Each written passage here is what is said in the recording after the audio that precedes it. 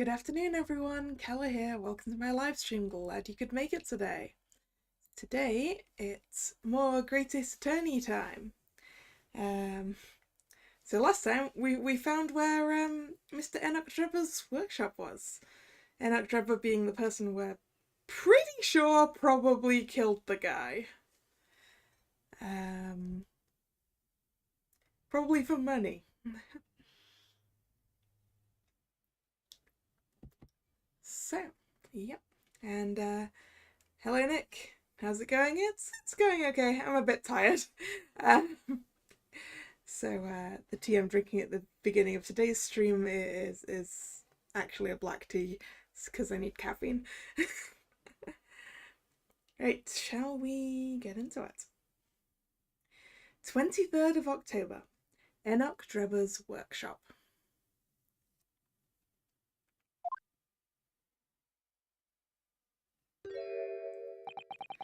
It looks like... Oh! It's another super high voltage instantaneous kinesis machine! You're also a bit tired, are you, Nick?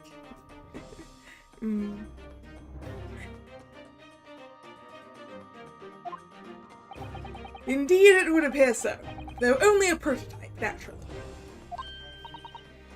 Ah, so you got here then?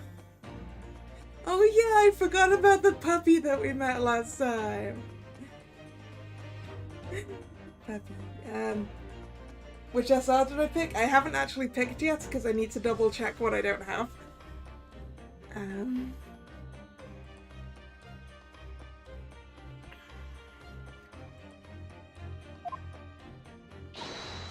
Gina! Well done for finding this place! In such little time! You've really worked miracles. It's Toby here who's the miracle worker. Isn't he? Toby!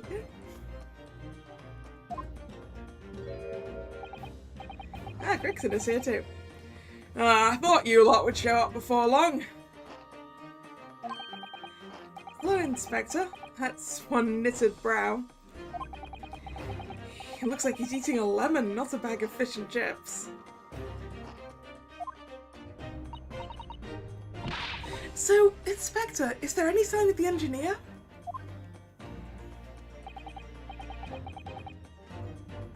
Sadly not. We didn't find a soul in here. Oh, what a shame. Hey, there could still be good evidence in here.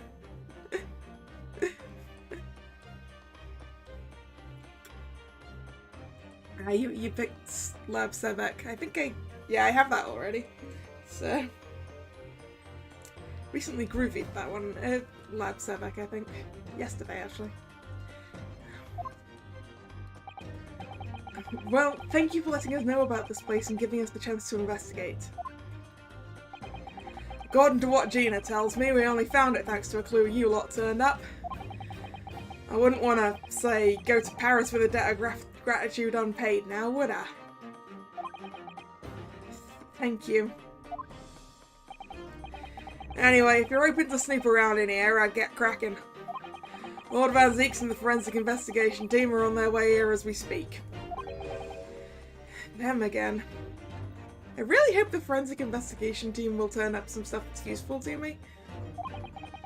I imagine you've got the picture by now. They don't take too kindly to lawyer types. Right. So then, my dear fellow, let's turn this place upside down whilst we have the chance. Should we really be turning this place upside down before forensics get here?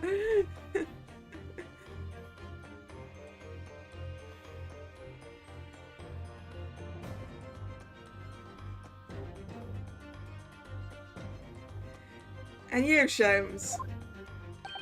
Pardon?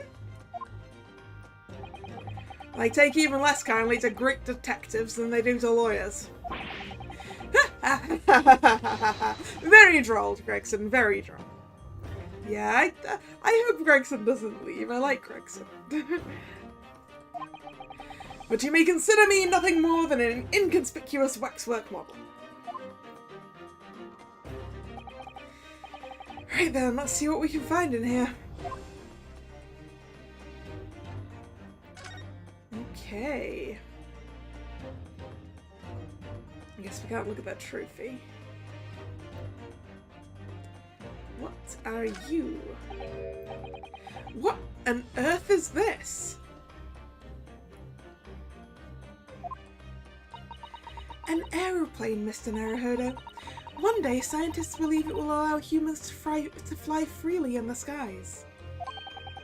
Is that how the trick will be described, is it? Sorry?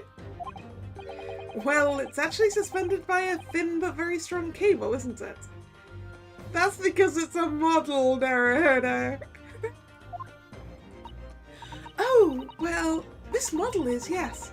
But a real aeroplane would actually fly high in the sky.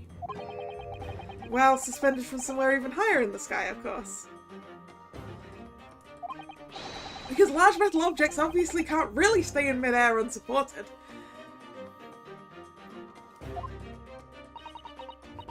So, to you the solution is ever taller towers? Imagine like a plane zip line.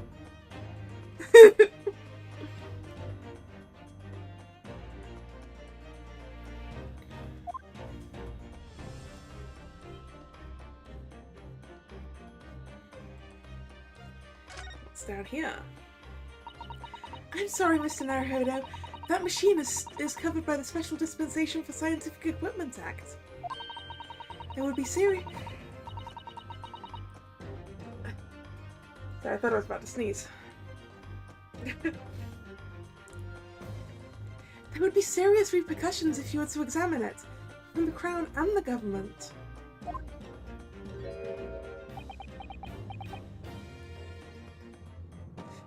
Oh yeah, turbulence on a plane zipline would be horrendous, wouldn't it?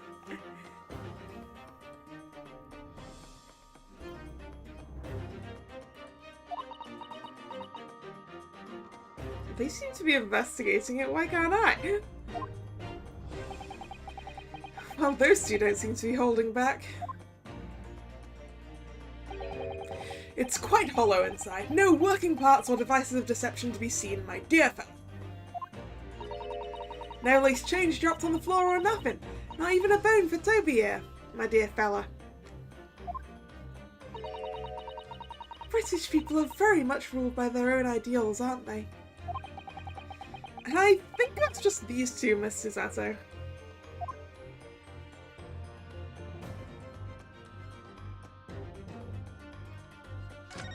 Door. This door doesn't want to open. Yeah, looks like it's got a pretty hefty lock on it. There's a specialist locksmith on his way over from the yard, so hands off until he gets here. With permission, Inspector, I could have that lock open in less than a minute. Oh, you don't have permission, and no one's giving it to you. Gregson's face right now. Gregson's just like, really, Sherms? Gregson looked as though he enjoyed that. I mean, did Gina's skills go to lockpicking?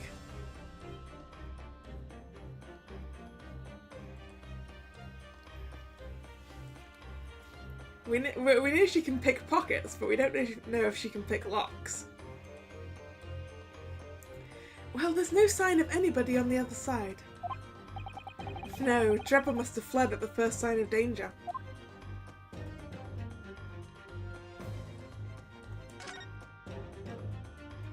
Okay, there's nothing else to look at on the machine.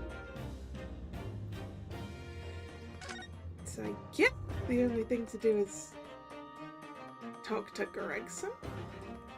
It kind of looks like we've already done that. Nope.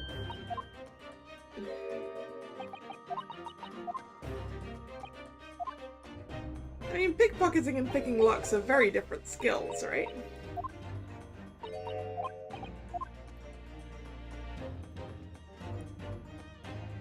Oh! Wait!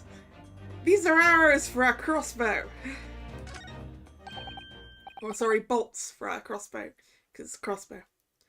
This is... It's a European-style quiver of arrows with steel bolts inside. Oh, do you suppose... Crossbow bolts, these. And just the right size for the bow you lot turned up at the exhibition grounds. In other words... Yep, that's more evidence to support your theory.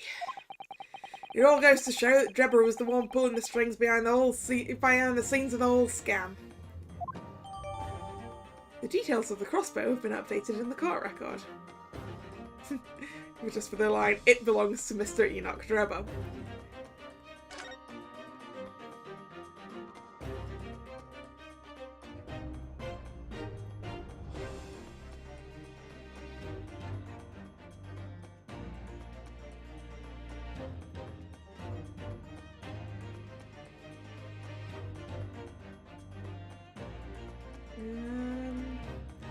Isn't looking like there's anything else to see here.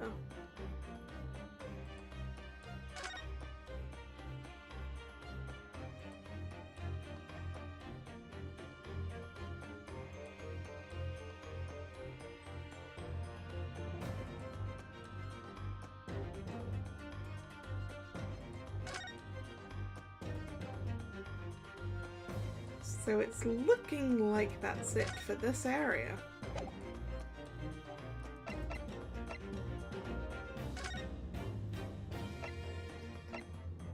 Wait, let's have a quick check of the court record. Yeah, there's nothing changed specifically there.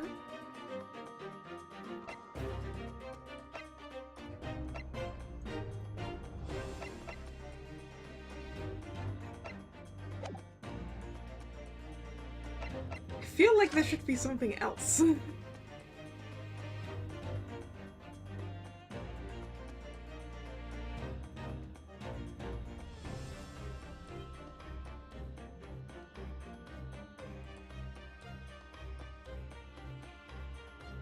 Wait, is there something on the floor there? No. Okay. Alright. I guess we need to go somewhere else.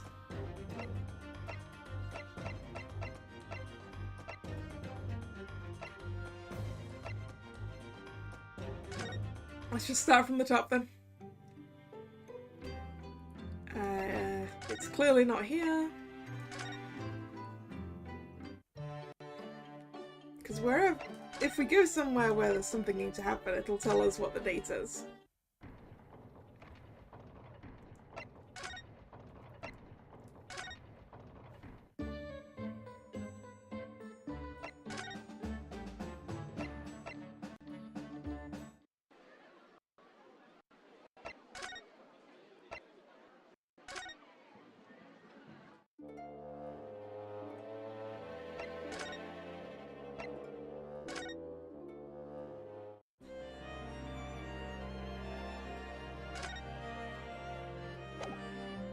Yeah, it's rather feeling like we've missed something in the workshop that we're supposed to be looking at.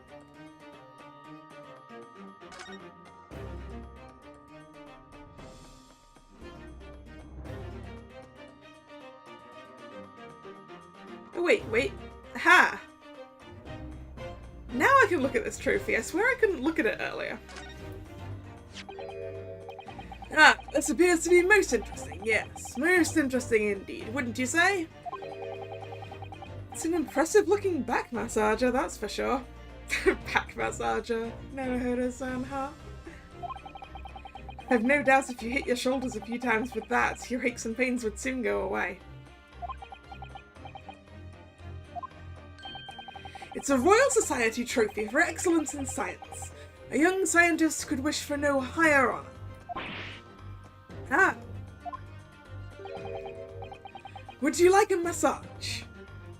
No, I'm fine, thank you. I had no idea it was such a grand thing. I think it's becoming increasingly clear that there's much more to this Mr. Enoch Drebber than conjuring tricks. I couldn't agree more, my dear madame. How about you, Mr. Naruhodo? Wouldn't you like to take it with you? For your tired shoulders, of course. He's not gonna let that go, is he? It's curious, though, isn't it? You would expect such an important trophy to be proudly on display somewhere, not haphazardly cast aside. English gentlemen can be quite a mystery at times. The science trophy is entered into the court record. A Royal Society trophy for excellence in science that was found in Mr. Drever's workshop. It's a very prestigious award for a young scientist. Okay, there we go. Now something's happening.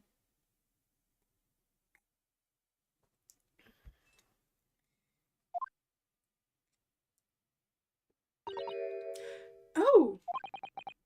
Is something wrong, Mr. Zato? Well, I thought I heard a noise from the far side of that door. Well, Gina, did you hear it too? Yeah, I heard it and all. What do you reckon, Toby? What do we reckon that, like, the real Mr. Enoch Trevor is, like, locked into that room? And there's a fake. I don't know, that's going a bit far, but... Sorry, I'm very distracted by Toby licking Gina's face at the moment.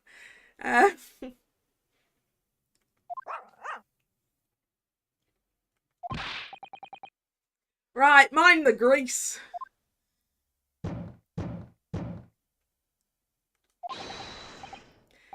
Whoever's in there, open up. This is Scotland Yard.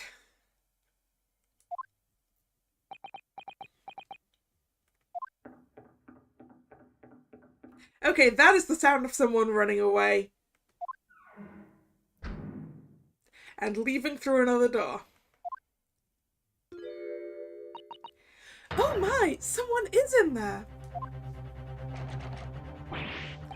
Yeah, this rotten bleeding lock. My dear Gregson, as I said only minutes ago. If only it were countenanced, I could unlock that door in less than a minute.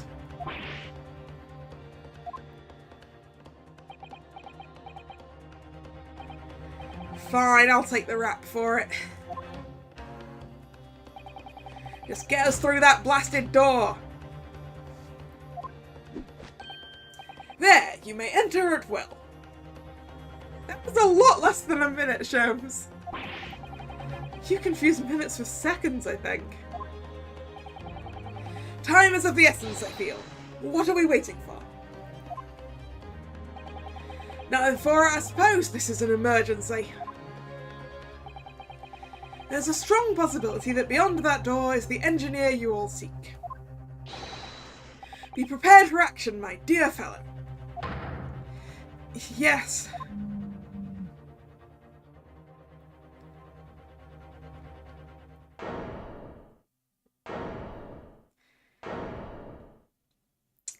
Well, someone's completely upended this room and left dynamite in the middle on a timer.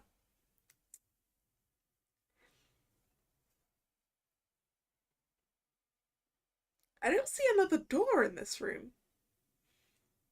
The noise we heard sounded like a metal door. Wait, there are footprints on the ceiling!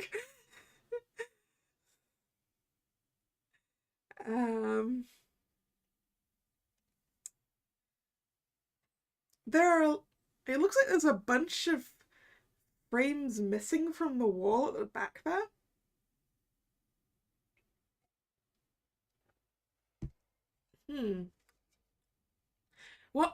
What's happened in here? Why is everything upside down? Rats, there ain't no one in here. There ain't no one in here after all. But there must be. It was only moments ago we heard those noises. Maybe that was the sound of Trevor running away. But there's only one door into this room. And no windows that could afford an escape route. Those skylights are too high. There are footprints on one of those skylights. Sholmes. It's not an engineer, it's Spider-Man. It could be an engineer. He could be wearing the wrong trousers. That might be a reference that doesn't work right, but you know.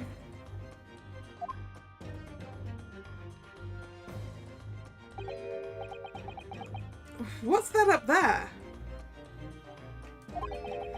I think footprints on the ceiling. Blow me, what have we here then?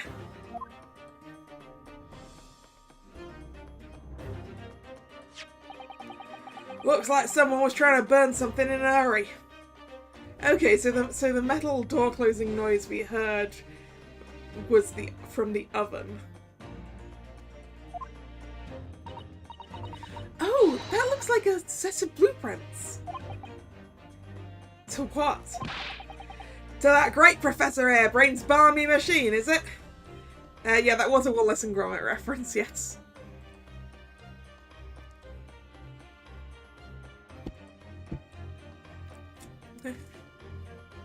Because those trousers could walk on the ceiling. Blimey, if we'd had these, there'd have been no need to muck around trying to investigate all that scrap metal. There is something of great interest here, too. This rope was lying on the floor at the foot of that pillar. I guess the thief rappelled in from the window. A rope? What's significant about that? Never mind. You see, but you do not observe, Mr. Naruhodo.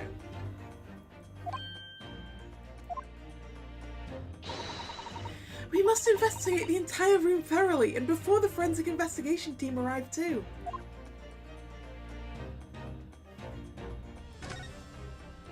I'm gonna ignore the elephant in the room for now, by which I mean the bomb.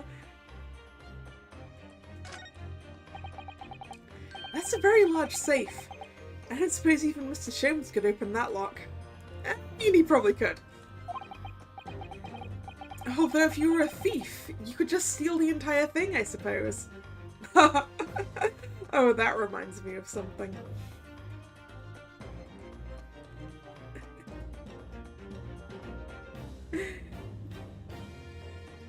Once at this shop I was working at part-time, some thieves did actually steal the entire safe. Threw it down the stairs and dented them too.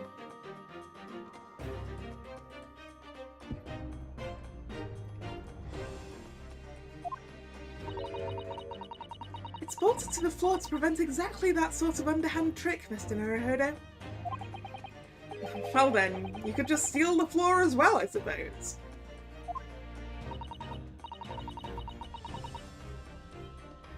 I'm sorry, but you really aren't making any sense at all. Anyway, I think we can agree that whatever is inside must be very important.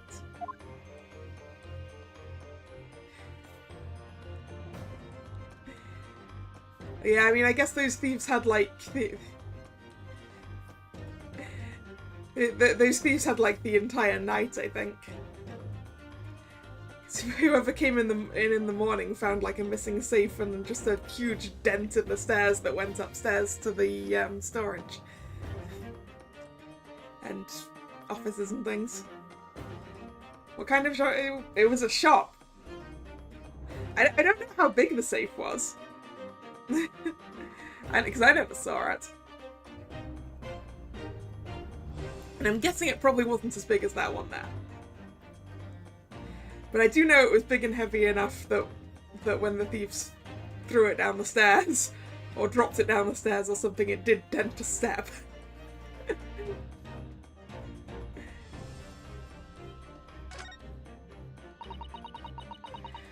Almost every piece of furniture is upside down.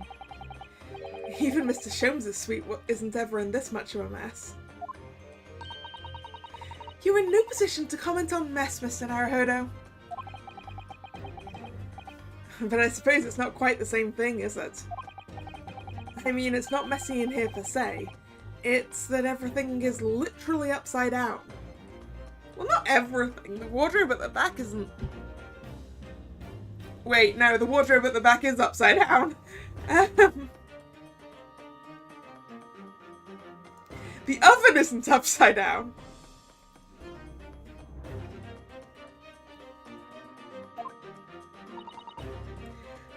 But why? Well, because they were looking for something, so I guess they turned the room upside down, although that's kind of supposed to be more of a metaphor. Metaphor is the wrong word, but you know. That's a really lovely model. It looks like a real flying balloon. I think it's probably staying aloft but on the same principle as a full-size balloon, using gas. A green flying balloon. It does have the hallmarks of that amazing deception at the Great Exhibition, doesn't it? Could it be that the whole thing was planned here in this very workshop? Well, probably. I find this over here interesting, because this looks like a design for a, oh no, what are they called? Zeppelin. Kind of looks like the internal struts of a Zeppelin. Anyway. Let's check on Spider-Man. There's no denying it, is there? They're footprints. Yes, it would appear so. And I simply can't imagine how they came to be there. Yeah, I can. Blimp. Blimp was the other word I was looking for, thank you.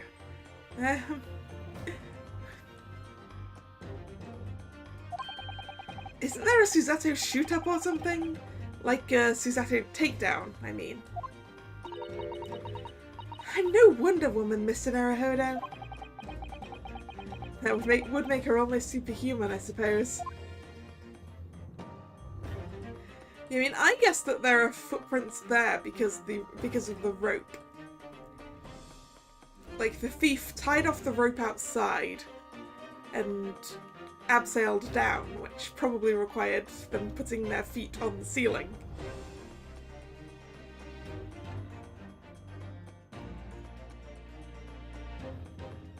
Or at least that's my theory. It looks like I'm going to have to face the dynamite in the middle of the room.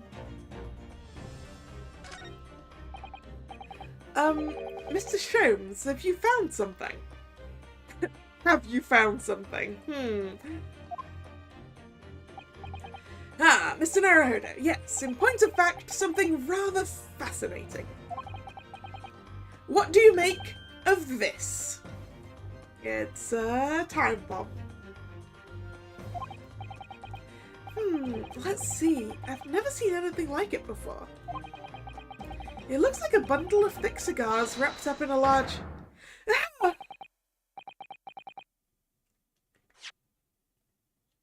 Wrapped up in a large watch to me, but...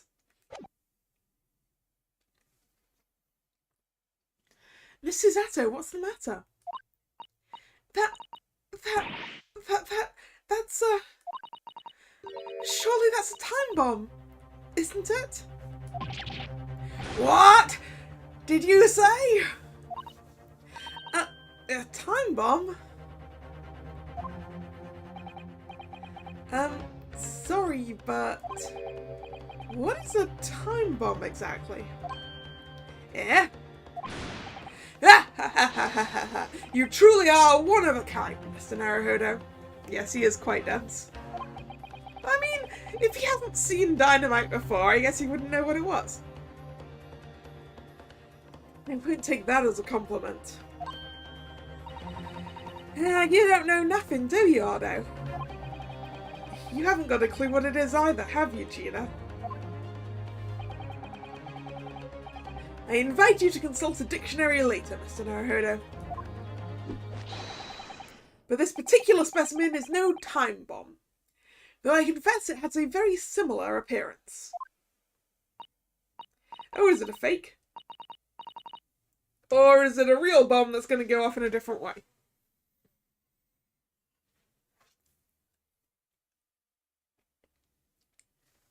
Oh, well, thank goodness. But then, what is it?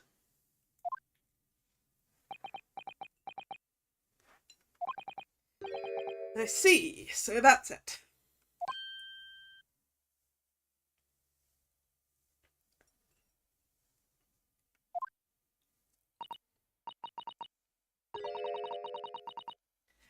Goodness, Mr. Sholmes, have you seen to the heart of the matter? There are times when I consider my lot most unfair. For I am fated never to know how it feels to flounder as you do when a puzzle presents itself. But I have learnt to accept the hardships that come with being a great detective, Miss Sudato. Here we go, I feel a great deduction coming.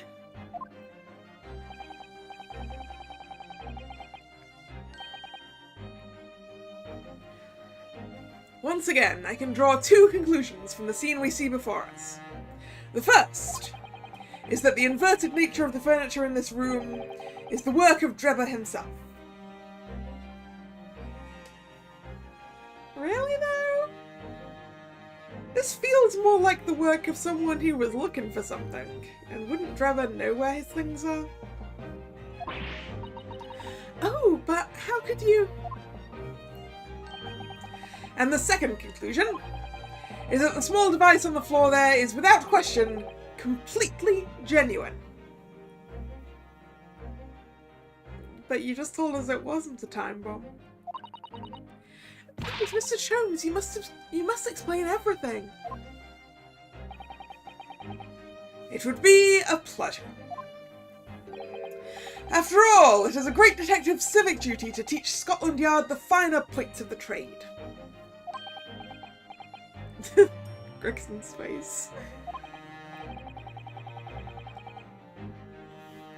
Well, Inspector Gregson seems delighted with the idea anyway.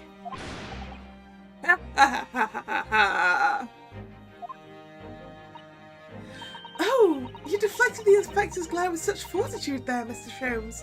Well done. You're too kind, my dear madame. I hereby dedicate this great deduction to you. Kindly stand just there, Miss Suzato. Oh, yes, I'd be delighted. So, shall we begin? Once again, Herlock Sholmes is proud to present his logic and reasoning spectacular.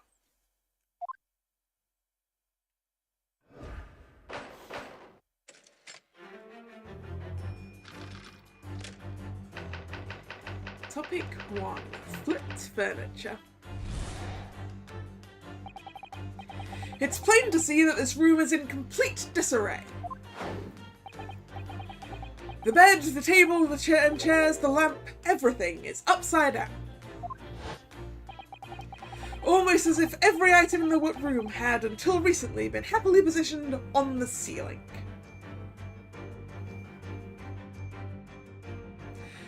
Sholmes, are you suggesting that gravity in this room was upside down until recently?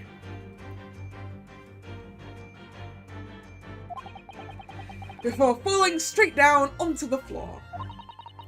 Every item in the room was on the ceiling. Sorry. Suzato. Every item in the room was on the ceiling? Are you suggesting that... Indeed, the key here is gravity.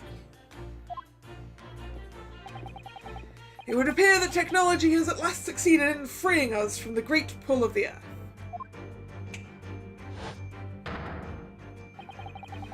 for the gravity in this room was reversed and then suddenly restored to normality.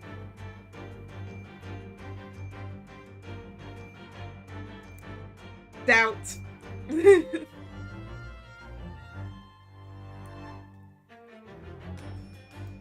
Because there's nowhere good for these things to stand on the ceiling as if it were the floor, because the ceiling isn't flat. Goodness! The inverted furniture clearly reveals the truth about the part gravity played in this whole business. I quite understand your skepticism, Miss Susato. I, too, was incredulous at first. However, my conviction in my analysis was cemented when I observed this. An anti-gravity device, almost identical to the one that featured in a dream of mine only the other day, in fact. I don't think that's an anti-gravity device, Shrooms. But then why does it have a clock on it?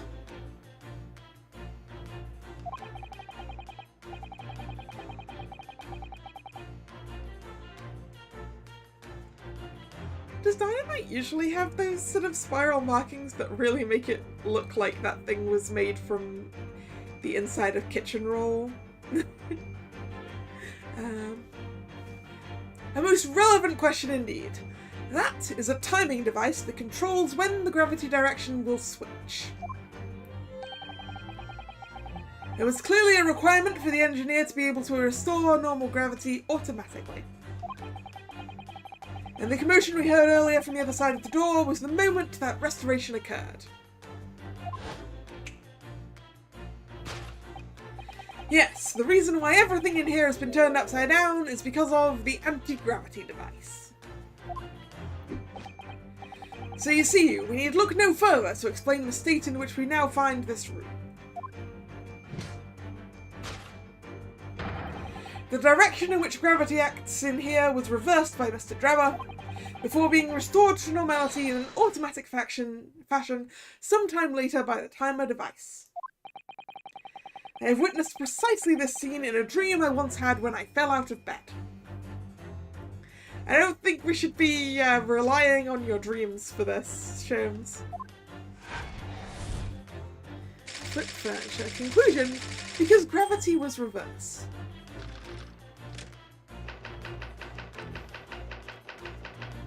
Topic 2, missing engineer. Now, let us consider the next conundrum. What was our engineer friend's aim?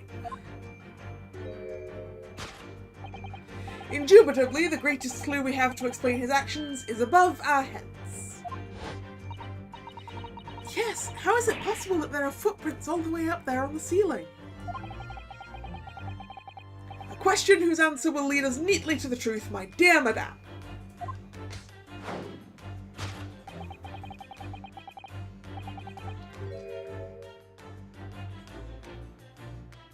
The reason there are footprints on the ceiling is because of the nearby skylight.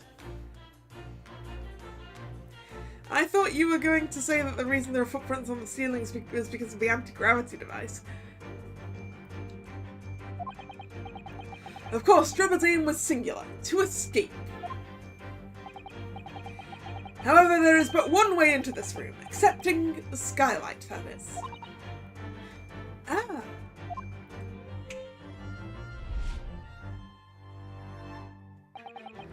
By inverting the gravity in here, Drebber was able to fall conveniently to the ceiling, and make his escape via the otherwise inaccessible skylight, leaving those footprints behind on the way. But the ceiling in here is very high, Mr. Sholmes. If the gravity reversal was sudden, wouldn't Mr. Drebber have fallen up to the ceiling rather violently? Falling up is both scientifically and philosophically a rather interesting concept, I feel. But the man was cornered with nowhere to run, so escape through the skylight was his only option. You may recall that I found this in the room earlier, which I believe offers a solution. Oh, the rope. To reach the intended destination, what better tool than this rope? By anchoring one end to the wall, the man was able to lower himself safely to the ceiling. I think he was able to lower himself safely to the floor, but you know, and then climb it again. Which explains how Drebber was able to escape this room before our arrival.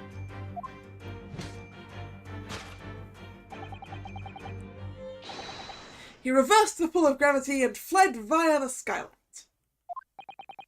And personally, I should very much like to reverse the pull of gravity again now, just for fun.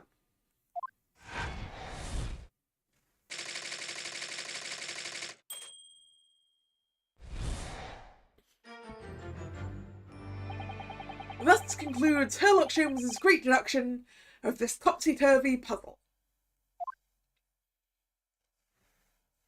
And now I have to fix it.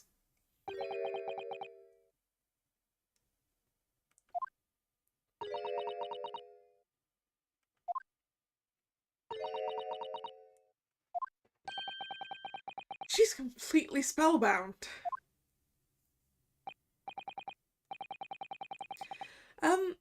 Mr. Sholmes, there's just one thing that troubles me. I would expect nothing less. You're destined to be troubled by just one thing for the rest of your life. The thing is such a thing actually possible? An anti-gravity device, I mean.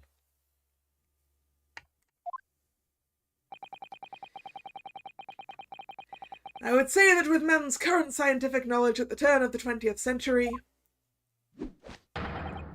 it's no more possible than instantaneous kinesis. But your whole deduction hinges on it. Ah, but my dear fellow, when you've eliminated the impossible, whatever remains must be the truth.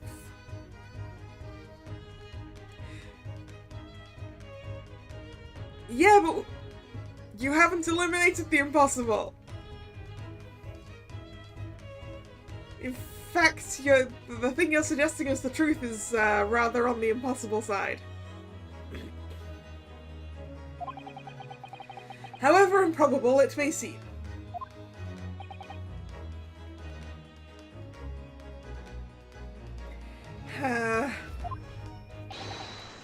It's a marvellous line, wouldn't you agree? One of my more enduring pearls of wisdom. I had Iris come up with the exact phrasing. My original was clumsy. Yes, I have a feeling I've read it in something that Miss Susato lent me once. Objection! Actually, there is one other thing, Mr. Sholmes. Ah, the spell's broken at last. The rope you found was on the floor, wasn't it? Indeed it was, in lonely coils near the wall. But if Mr. Drebber had used it to escape in the way you described, wouldn't it still be tied to the wall?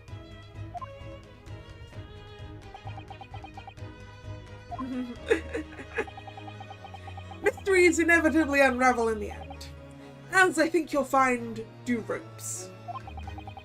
And as evidence of such, you need only to look at the mystery we face in this room, now skillfully unraveled.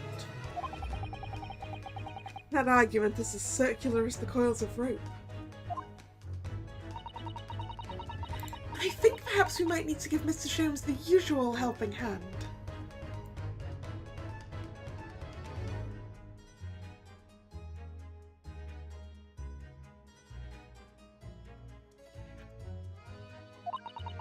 I'm sure with some minor corrections, the Great Detective's great deduction will lead us to the truth. Yes, you're right. And we must do it quickly before our next Drebber gets too far away. If you're ready, then let us resume. Sherlock Holmes' logic and reasoning spectacular. The correction side. Hold it, Mr. Sholmes.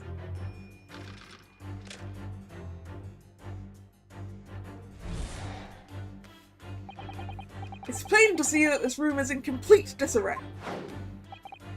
The bed, the table and chairs, the lamp, everything is upside down. Almost as if every item in the room had until recently been happily positioned on the ceiling, before falling straight down onto the floor. Every item in the room was on the ceiling? Are you suggesting that... Indeed, the key here is gravity. It would appear that technology has at last succeeded in freeing us from the great pull of the Earth.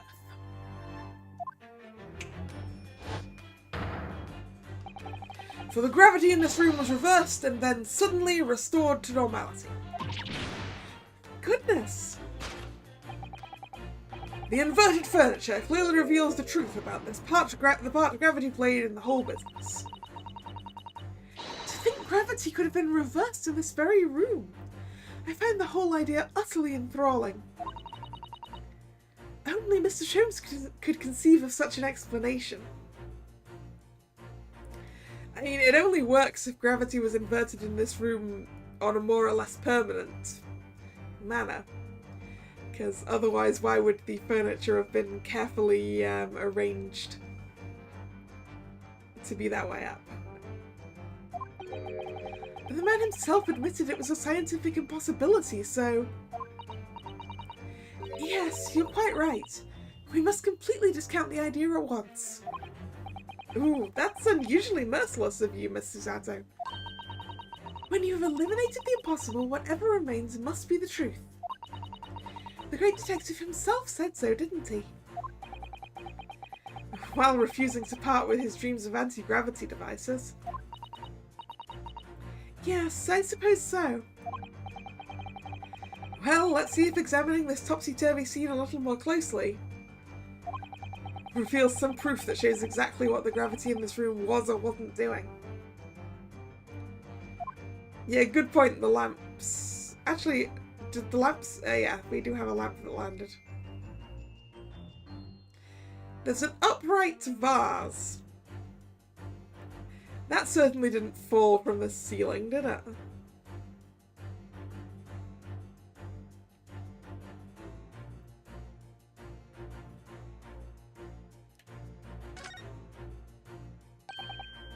Well, well, I wasn't expecting to find a pretty bunch of flowers in here, that's for sure.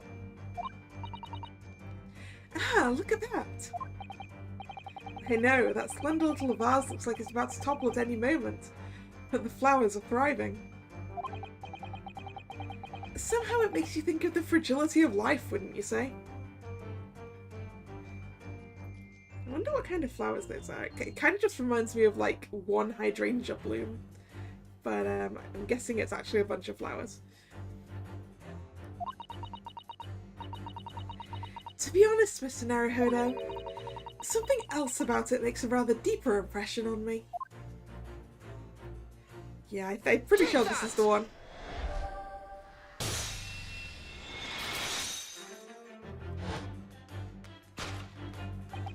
The upright vase clearly reveals the truth about the part gravity played in this whole business. Upon my word, Mr. Naruhodo, you've surpassed yourself by completely turning my argument on its head. Trying to impress your assistant here, perhaps? No one is trying to steal your spotlight here, Mr. Sholmes, trust me. As you rightly say, though it appears at first glance that all the furniture in the room is upside down, this unassuming slender vase is standing keenly to attention. And unlike the large safe, there is nothing affixing it to the floor. And it's the exception that breaks the rule. In short, much as it pains me, the gravity in this room was never inverted at all. My deepest sympathies for your loss. Oh, poor Mr. Sholmes.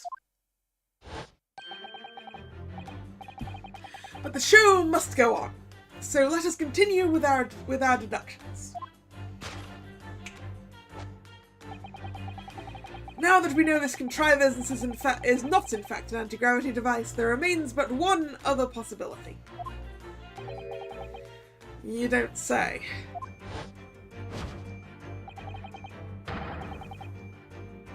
Someone deliberately turned over every piece of furniture in here.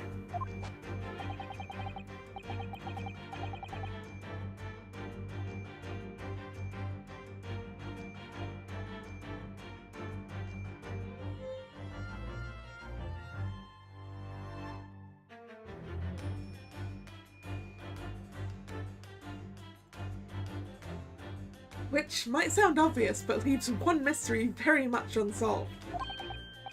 Namely, why would anyone choose to do that? Quite, and naturally there is an explanation. Yes, the reason why everything in here has been turned upside down is because of the anti-gravity device. He's absolutely determined that this device must have something to do with it, isn't he? I'm afraid the lure of an exciting scientific explanation is too strong. Well, there's no doubt that someone did this. Someone turned all this furniture over. So whoever it was must have had a reason. I'm afraid nothing comes to mind at all, though. Well, let's look around and see if the answer presents itself. There must have been something on the bottom of one of these. Yeah, okay, that's more obvious than I thought it was going to be.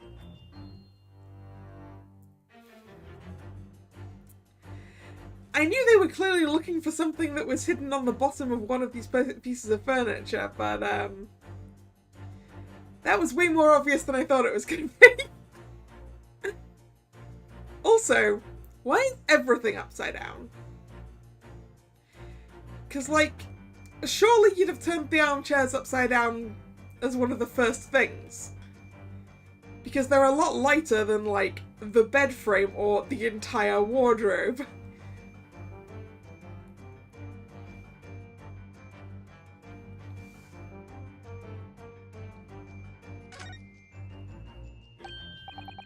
Look, there's something written on the underside of this armchair. Oh yes, safe. 432582. Safe, as in safe and secure. No, as in the bloody great safe over there, Naruhodo-san. As in secure lockable box, I think. Admittedly more likely. Well, there is a large safe bolted to the floor at the other side of the room, so yes. So you mean this number would let us open it? I wonder why it's written here, though. Take that!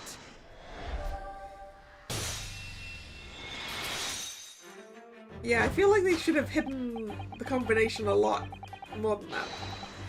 Yes, the reason everything in here has been turned upside down is because of the safe combination.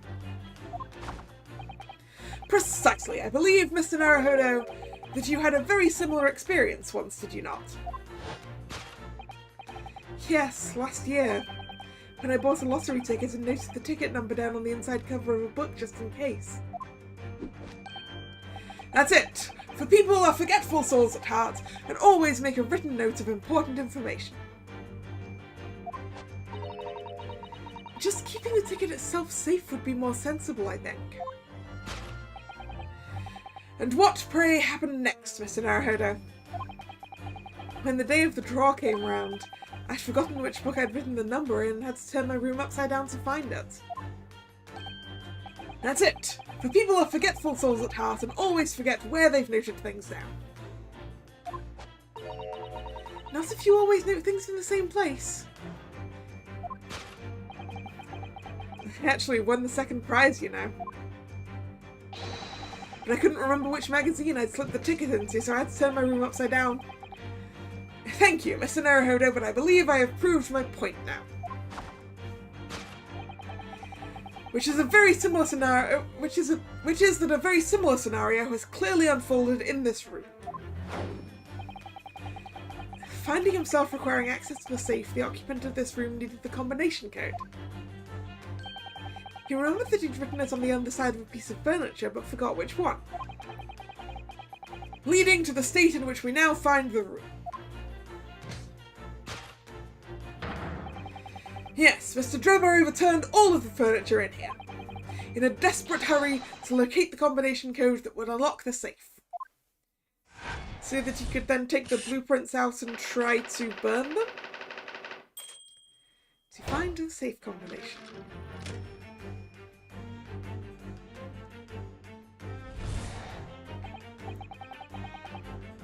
Now, let us consider the next conundrum. What was our engineer friend's aim? Indubitably, the greatest clue we have to explain his actions is above our heads. Yes, how is it possible that there are footprints all the way up there on the ceiling? A question whose answer will lead us neatly to the truth, my dear madame.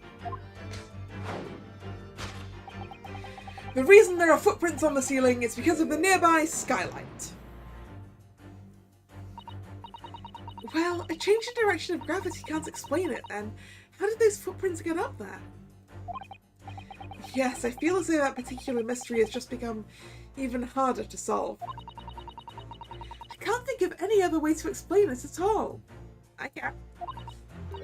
Oh, life was so much simpler in those halcyon days when gravity could be reversed.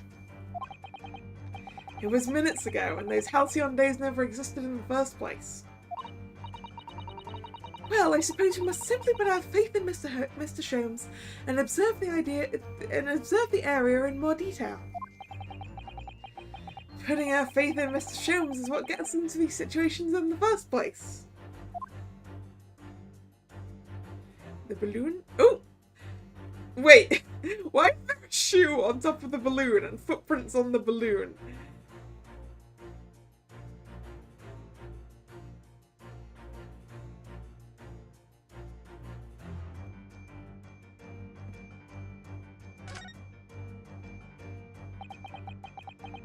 It's hard to believe, but there's a shoe up there, look! Oh, yes! There are more footprints on this little balloon too. Perhaps the shoe was thrown up there and became lodged, do you think? If so, then judging from the number of footprints, it must have been thrown up several times. Why would anyone be throwing shoes up at the ceiling, though? They could have been throwing them at the balloon. Oh dear, that's beyond me, I'm afraid. Well, yeah, maybe they were throwing shoes at the balloon to try and get it to pop because they need something that's in the balloon and they couldn't reach it.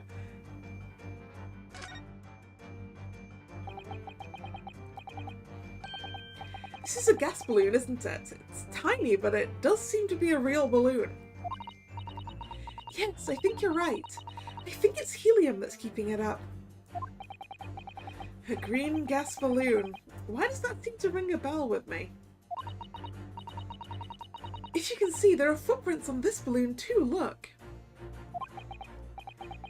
Oh, yes, surely that's a clue, isn't it? Though what it tells us, I'm not sure. Okay, I'm thinking the shoe? Take that!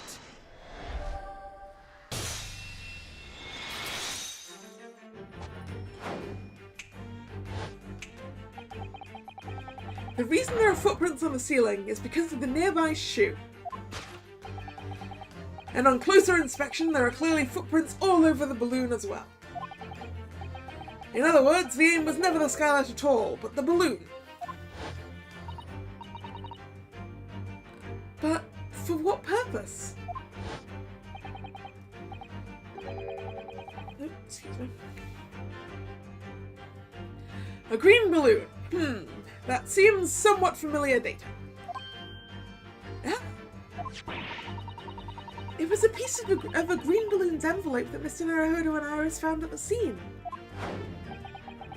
And inside the green balloon was Master Gotts claimed he saw above the stage when the incident occurred. Was the second birdcage, the crux of the whole instantaneous kinesis deception. You mean to say... If we assume the balloon in here is a model of the one used on the day, There is a strong possibility something may be concealed inside it. Something our absconder was desperate to retrieve before making a hasty getaway. But the balloon's out of reach. Hence why he resorted to a projectile, namely the shoe. Ah!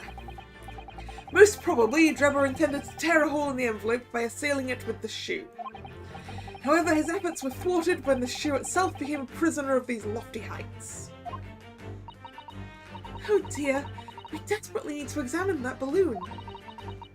If only there was some way we could see inside. I mean, you could just climb up on a piece of furniture and grab it, right? You may recall I found this in the room earlier, which I believe offers a solution.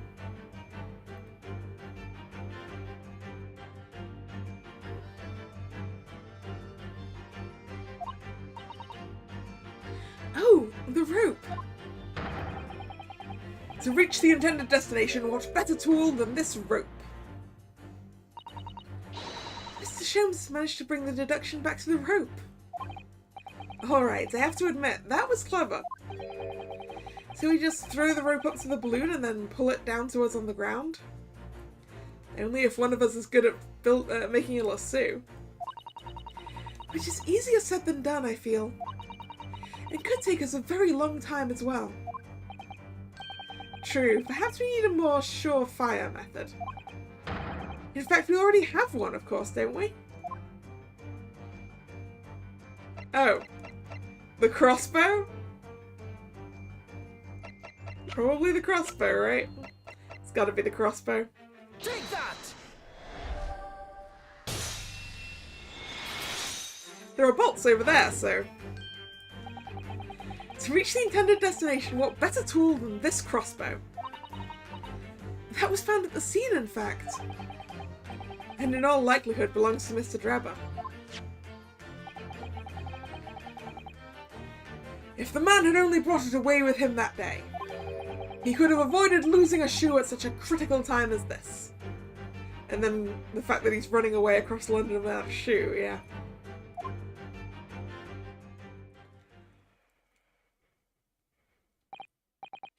So, shall we?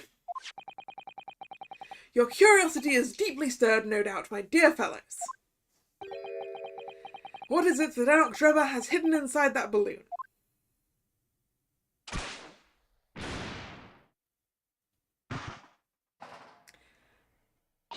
A head!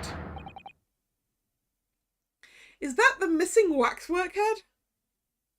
What the... A waxwork? Indeed it is. A waxwork head inside a metal mask. A mask that is shut tight and fastened with a strong and quite impenetrable lock. So we can't see the face inside, that means. Just a moment. This is the head of a waxwork model? Does that mean... Oh, goodness! I see you've joined the dots, Miss Usato. Excellent. Ah, of course, a headless waxwork model. The case of the abducted Madame Two-Spell's model that you'd largely solved. It was only the head of the killer that was still missing. I knew the waxworks were involved in this. I guess he didn't need a model of the birdcage. I guess it was... He was figuring out how big of a gas balloon was required in order to lift part of a waxwork. So he would know how much bigger he needed to build the balloon to take the full waxwork, or a full person, and the birdcage, right? I still feel like he used the waxwork. Indeed it was. But I believe Madame Two-Spells will now have to settle her sizable account with me. This, as you have now surmised, is the head of the infamous Professor. Yes. But why is it here? This conclusively confirms my suspicions. The man responsible for stealing the professor from Madame Tuspel's and returning it, sans tête, earlier today was no other than Enoch Drebber. Which I believe I suspected a long time ago. This is incredible. Professor Harebrain's case and the waxwork abduction are connected. Of course they're connected. They're inextricably linked by Enoch Drebber's workshop. The waxwork head has been entered into the court record. The head of the Professor waxwork that was stolen from the Madame Tuspel's special exhibit.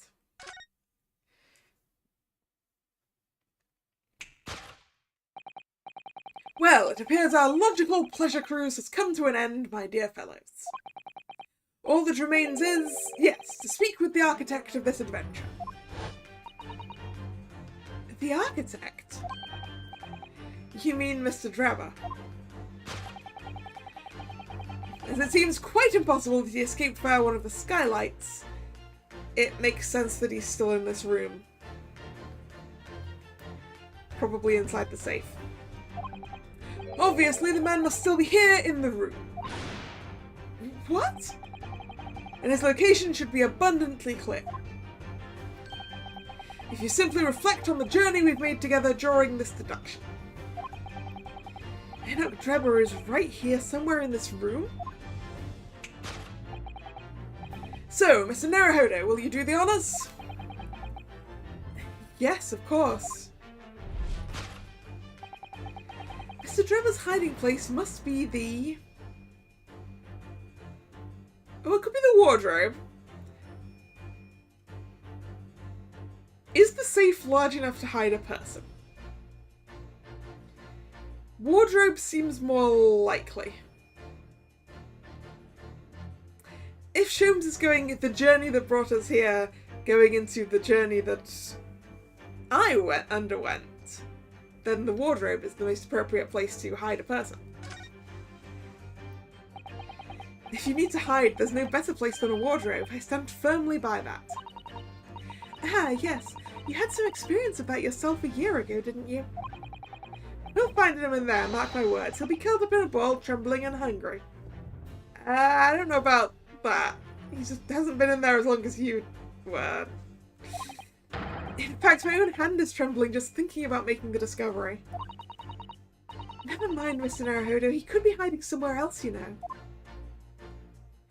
What happens if we take a look at the safe? Look at all that mess in front of the safe. Yes, plans and accounting ledgers. Almost as if someone was in a hurry to empty the contents of the safe, in fact.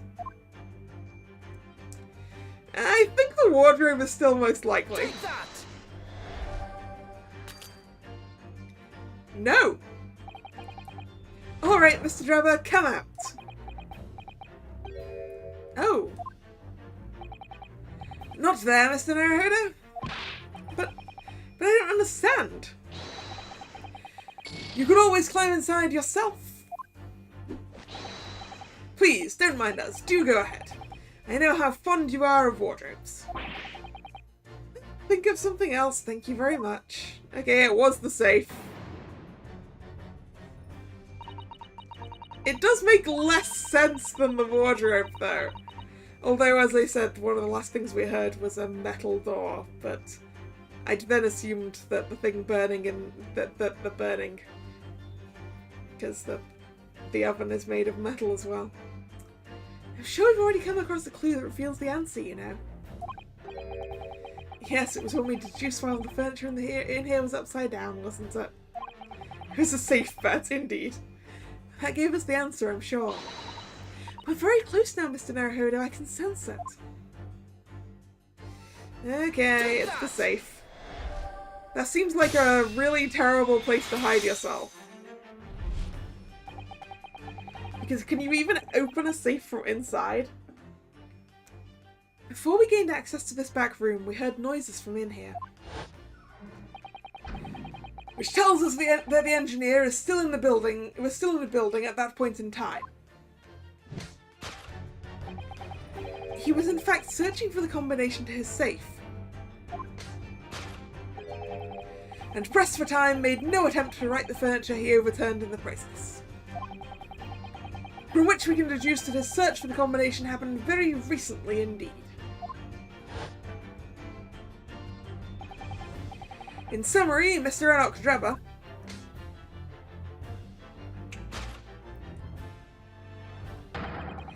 is at this very moment inside the safe. Is it Mr. Enoch Drebber, though, or is it someone who was coming in to rob him? Okay, the safe isn't actually closed. Thus concludes Sherlock Holmes' great deduction of this topsy-turvy puzzle.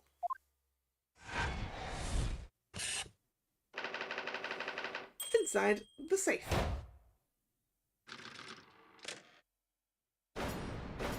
Deduction complete.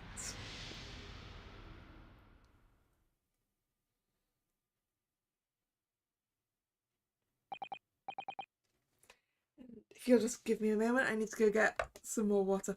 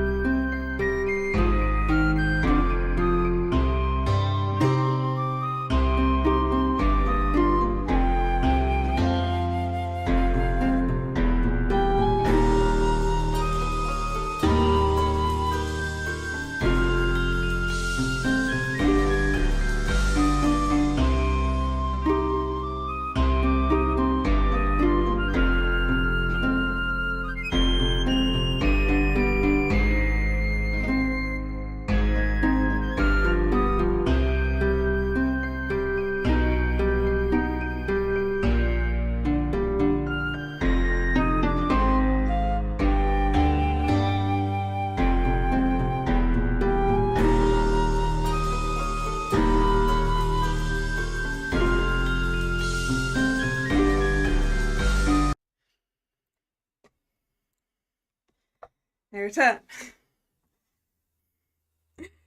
Safe and sound, and oh dear. So, Mr. Naruhodo, I think perhaps it's time we ended this game of hide and seek, don't you? By opening the safe, you mean? What else? Let's see, the combination was 1, 4, 3, 2, 5, 8, 2. I knew that. Alright then, here goes.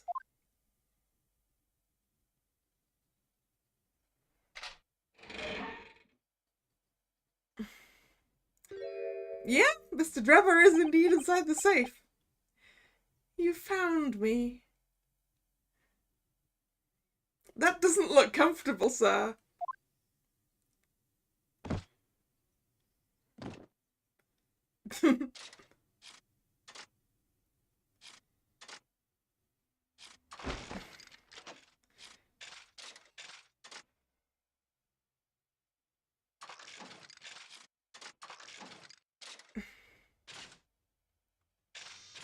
He sounds very mechanical.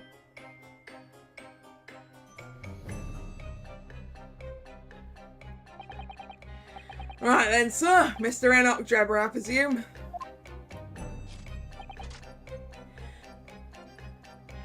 Correct. You'd better start talking. You tricked Professor Hairbrain with that bogus machine you built. And you shall have to explain the theft of the waxwork from Madame Two Spells as well. Whilst I would be delighted to answer your many questions,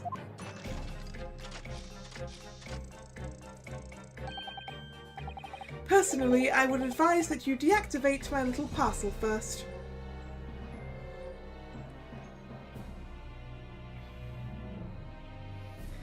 Because the reason he concealed himself in the safe was because he was pretty sure the safe would survive the explosion.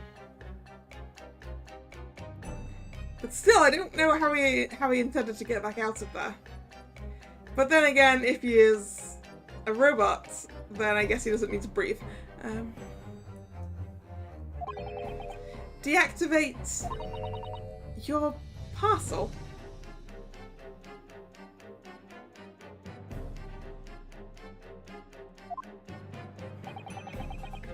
I refer, of course, to the time bomb. I left it in a most prominent position. Ah. Ha ha ha. I see. Stunned silence. You're all gearing up to die with me then. No!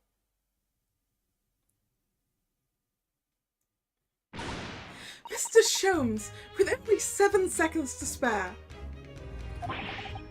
I was too close for comfort. I've got 1 foot in the grave already. Are you trying to help us get a killer or get us killed? Mr. Sholmes' deductions can be completely life-altering, can't they? Well, my dear fellows, that was a close shave. The resemblance to an anti-gravity device is really quite startling, I must say. It didn't look like anything other than a time bomb. Anti-gravity devices don't exist. Phew, I wouldn't push it, Mr. Sholmes.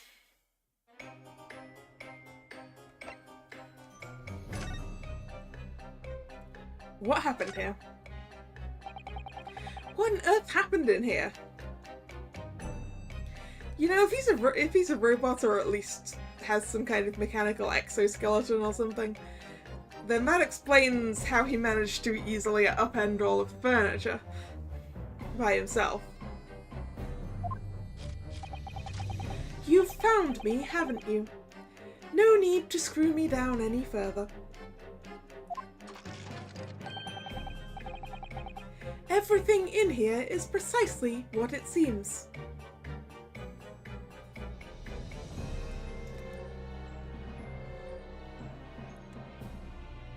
I mean, Mr. Sholmes thought he'd seen one in his dreams. I think he was working off of that. Yeah, well, we'll be giving it a thorough going over, don't you worry, Drabber. What fails to click with me is how you were able to locate my workshop. That I was not expecting. When I heard whistling from the other room, I knew it was time to bolt. Whistling? Ah, that would have been me. Oh. For some reason, I woke in fine fettle today.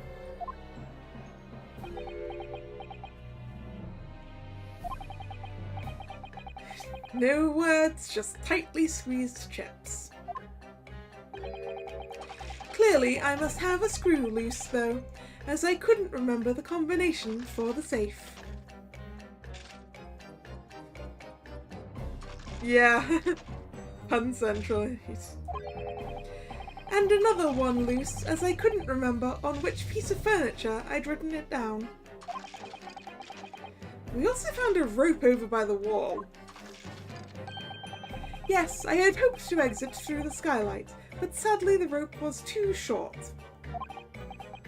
So I then set about searching for the combination code to open the safe. And burning the incriminating blueprints, don't forget. Regrettably though, you failed to retrieve the head from the balloon among the rafters.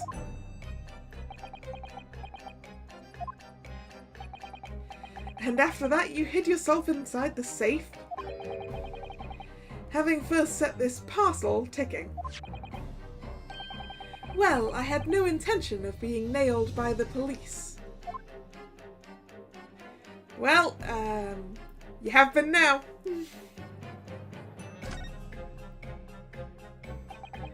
Got a death wish, have you? Hiding right beside a ticking time bomb. Please, why do you suppose I chose to hide inside the safe? Yeah, I still think that's a terrible idea, because how were you intending on getting back out of that safe?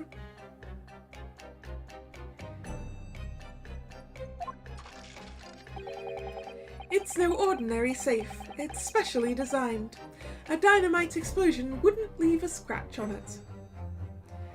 Okay, so at least it wouldn't have been damaged and made more difficult to open by the dynamite, but still, how did you intend to unlock it from the inside? So in fact, the safe was the only safe place. Please, shows.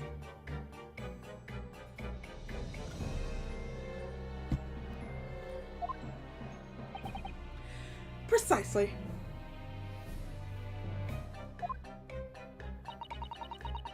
But once you'd climbed inside, you wouldn't have been able to get out again. Yes, Susato asking the important questions. I invite you to look more closely. The safe is fitted with a handle on the inside to allow the door to be unlocked from within. Okay, no, okay then. It did have a way of unlocking from the inside, but still, yeah, I don't really understand explosions and shockwaves and things, but it still seems like a bad idea. Yeah, so it is. I had always intended to blow this place to smithers.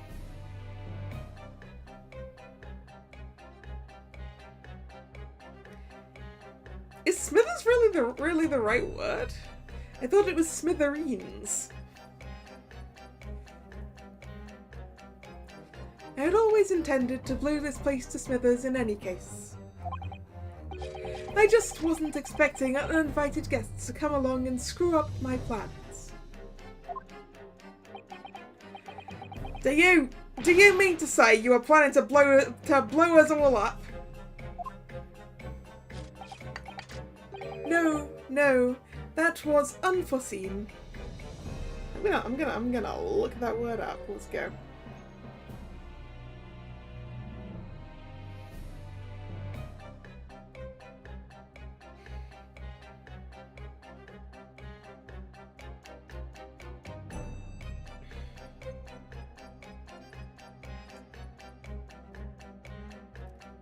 Oh, okay.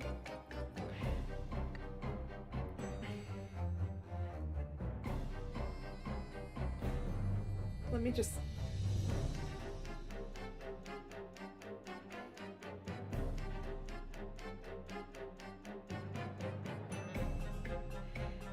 So if I'm reading this correctly, smithereens is the plural for smithers, maybe.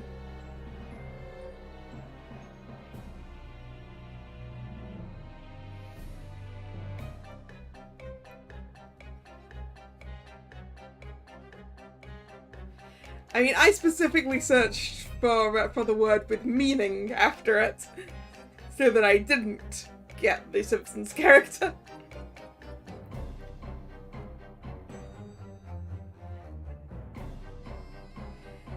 Yes, a smither is...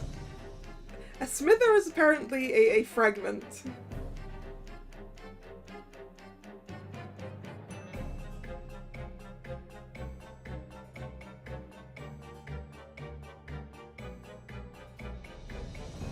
And smithereens is a lot of them.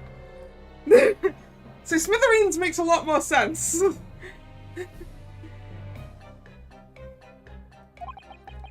What do you mean?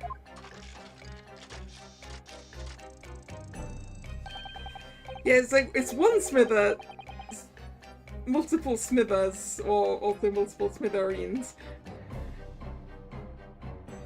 I don't know. Most people run, you see, when they see a ticking time bomb at their feet. Ah.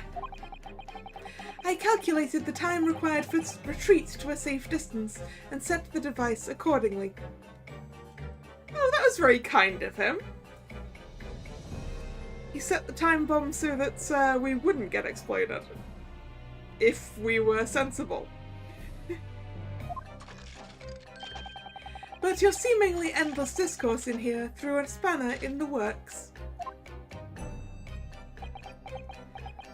Gregson's expression.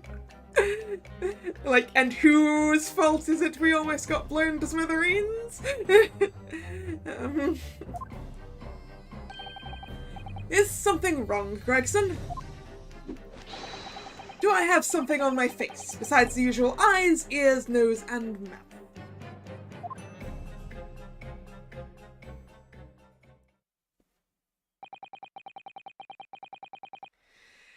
I think we have a fairly good idea of what's been going on here now. But what about the two incidents you've evidently been involved in recently? Professor Harebrain's instantaneous kinesis experiments at the Great Exhibition, and the waxwork model you stole, which this head belongs to. That's no ordinary head, you know. That's the head of the Professor. Clad in a mask with a lock so strong I'm unable to open it safely to reveal the killer's identity. I've been considering carrying it around as protection, after all. That's enough. What's going on here, Gregson? I'm sure you're aware that I have sole jurisdiction to investigate here. Yes, well...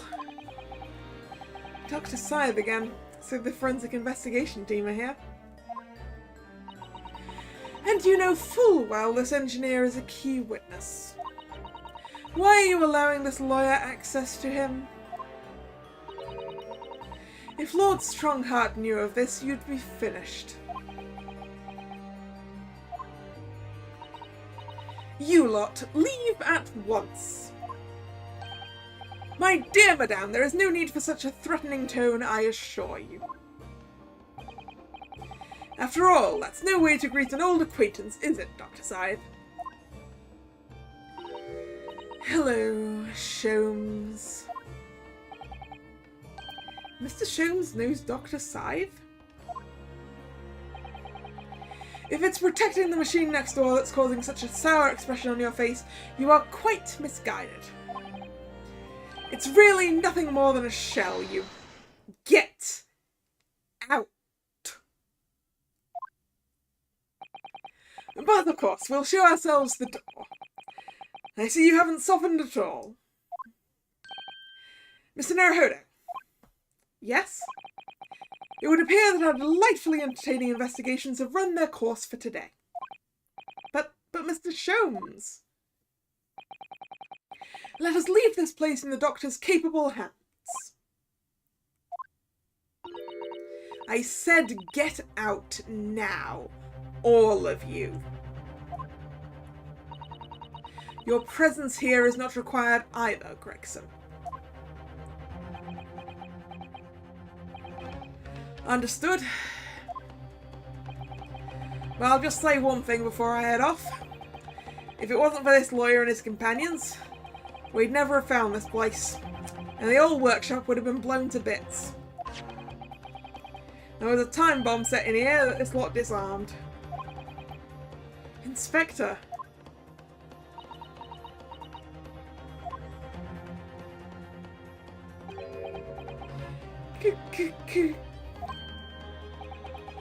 Something's giving you a chuckle, has it, Grabber? Sorry, did I say Grabber? Grabber. So sorry. Didn't mean to offend. You're quite right, of course. You did disarm the time bomb, didn't you? Yes, you did disarm that one. What are you?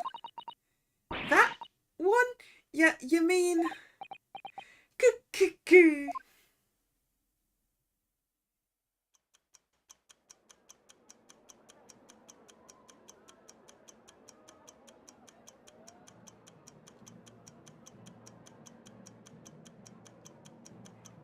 Oh dear.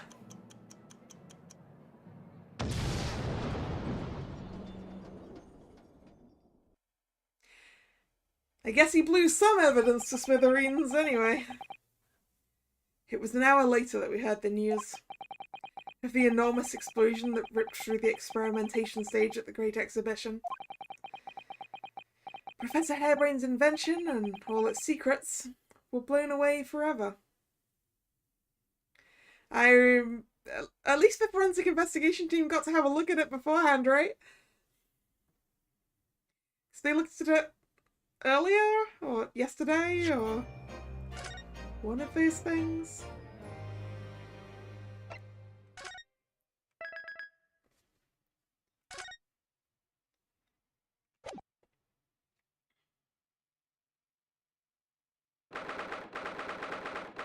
"24th of October, 9:11 a.m. The Old Bailey, Defendant's Antechamber." Yeah, I'm a bit worried about those bobbies. There must have been a lot of shrapnel.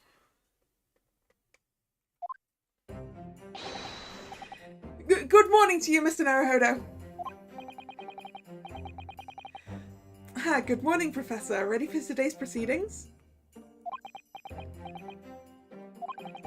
I hope so. I should be. Even I, with nothing left to... Good morning, my dear fellows. Oh, Mr. Sholmes, you're here. Why, naturally, a true gentleman stands shoulder to shoulder with his friends in battle at all times. Thank you, I really appreciate it. I'll see you later then. Now, Professor, we really need you to remain calm in the courtroom today. Yes, do try your hardest not to enter the witness stand uninvited again. Yes, I will. I realise it was a mistake, but My dear fellows, I must interject. Oh, you're still here, Mr. Sholmes. What's the matter? Surely you've overlooked some praise, have you not, to be cast in my direction, Oh, sorry. Sorry, Mr. Sholmes. Well done on getting out of bed in time. I will give you head pats. Good job for getting out of bed in time. Sorry? I don't follow. Must I spell it out? I, the great Sherlock Sholmes, the greatest detective of worldwide acclamation, arose at some ungodly hour to be here now. First thing in the morning. A miracle, you must agree. Well, if I must agree, then... As you know, my sleep is quite impregnable. Iris had to employ her full gamut of tactics. She pulled the covers off, shook me, poked both cheeks, punched me, and kicked me from the bed.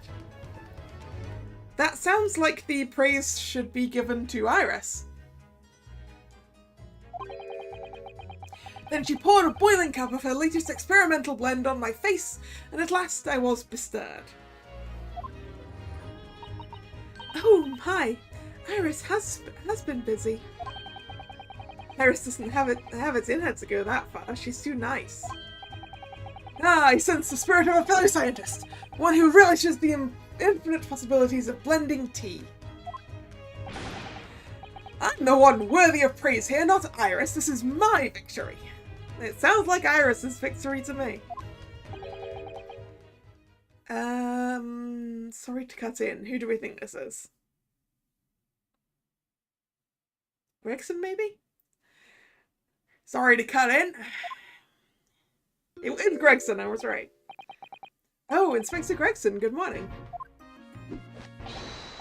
Gregson, my dear fellow, why the grim expression at this delightfully early hour? Oh, I don't know. Maybe because I've been confronted with a grimmer expression, eh?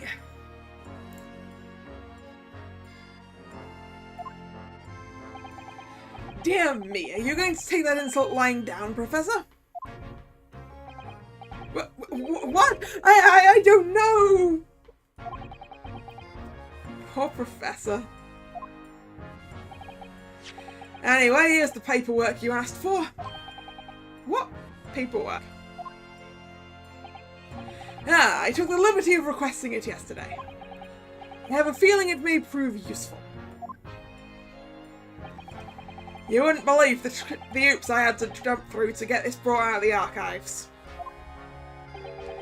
It's the Professor's autopsy report. That mass murderers? Who killed 5 members of the aristocracy? He was found guilty in a closed trial 10 years ago now. It was all done under wraps. And he was quickly executed after the trial. He's all in here. The killer's autopsy report has been entered into the court record. The autopsy reports of the mass murderer known as the Professor, who was tried and found guilty by closed trial 10 years ago. I don't know what to say. Thank you, Inspector. Yes, much obliged, Gregson. Us lowly lot of the yard are just doing what we can. In the shadow of the great detective Sholmes, of course.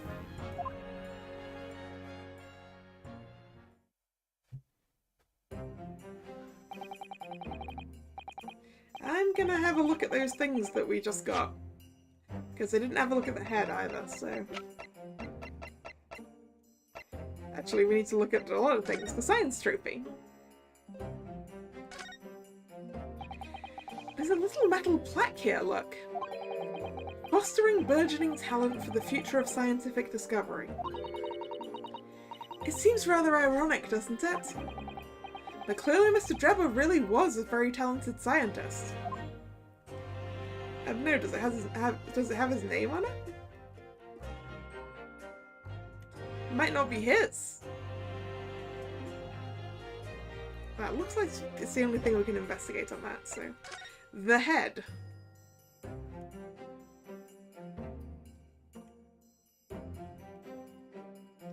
Oh yeah. There's a lock. This lock does look very strong, doesn't it? There's definitely no way you could remove the mask yourself if it was put on you. What a terrible way to treat someone, even a convicted criminal. I know, it's starting to make me livid, actually. Mr. Naruhodo, please. I mean, just think about it. Imagine if you had an itch on your cheek all of a sudden. You'd be utterly helpless.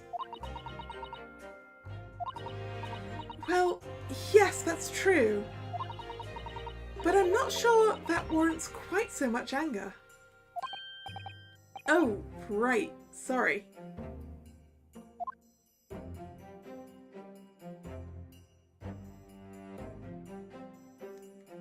So if you unlocked it, I guess it would come apart down this seam, but it looks like this seam is riveted together, as well as just locked. There's also a catch down here. There's a catch down here, a sturdier lock here, and the whole thing is just riveted together. It kind of feels like picking the lock wouldn't actually get you in. Unless it's just made to look like it's riveted together.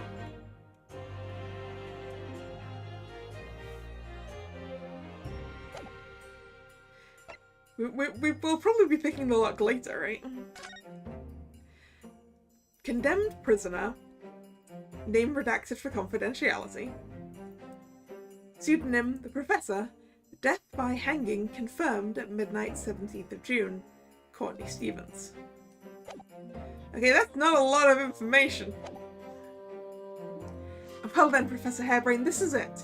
Today we're going to lay this all to rest at last.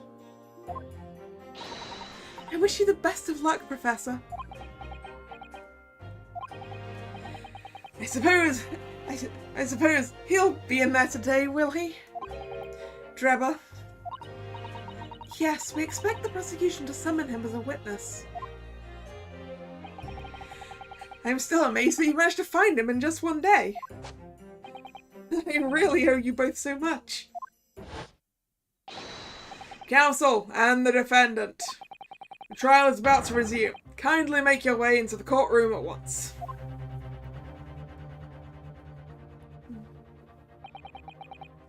This is it then. The final chapter. Penny, my heart's racing a little. I've not felt this before, actually. This strange foreboding. As if something's going to happen in this trial that I'm not ready for. But I can't let that distract me from the only thing that really matters. Finding the truth.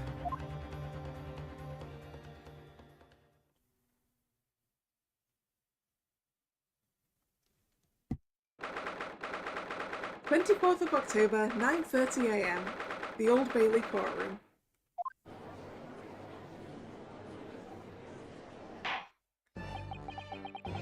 It looks like our masked friend is over on the other side of the court. In the name of Her Majesty the Queen, I hereby declare this court to be in session again. We resume the public hearing of Albert Harebrain, here present, who stands accused of murder. Are the counsels for the prosecution and defense ready to proceed?"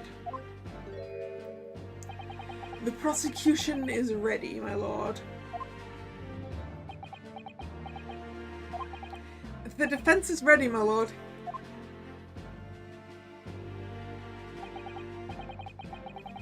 As promised, Lord Van Zeeks has his apprentice with him. His apprentice with memory loss.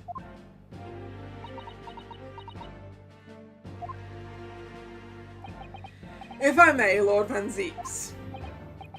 Yes, my lord? There appears to be someone standing at your side. Ah, yes, my apprentice and assistant. The prosecution believes today's proceedings will see the complexity of this case rise considerably.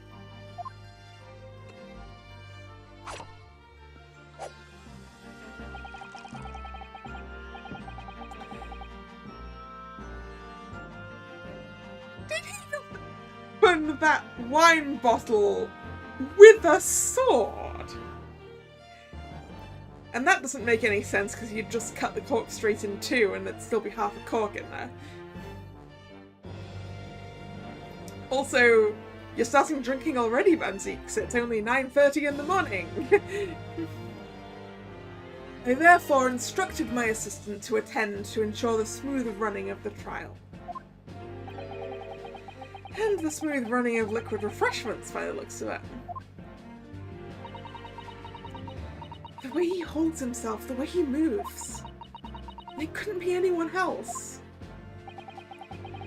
But he's still suffering from amnesia, so there's really nothing we can do at the moment.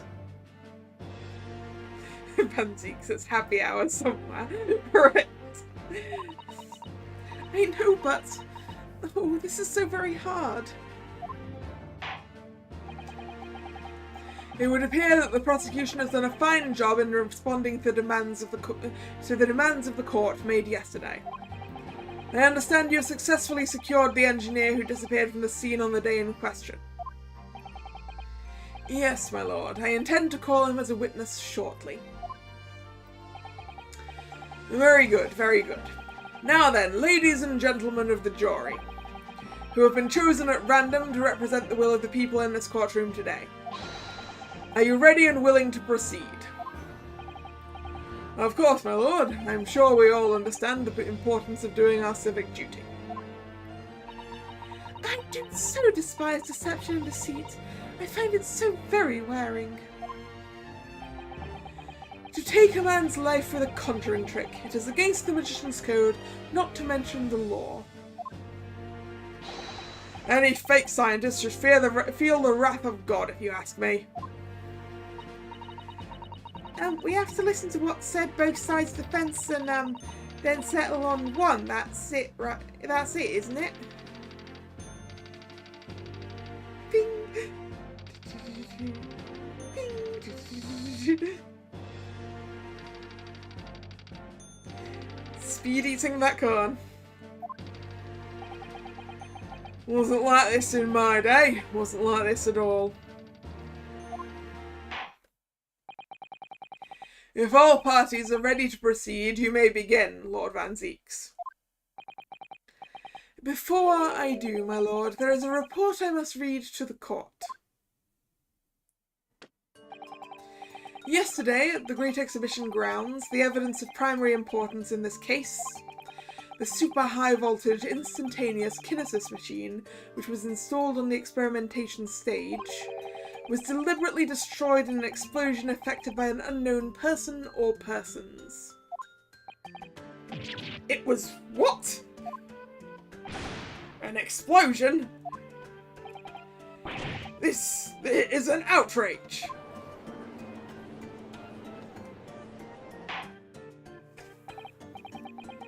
Yes, I heard this grave news yesterday. Scotland Yard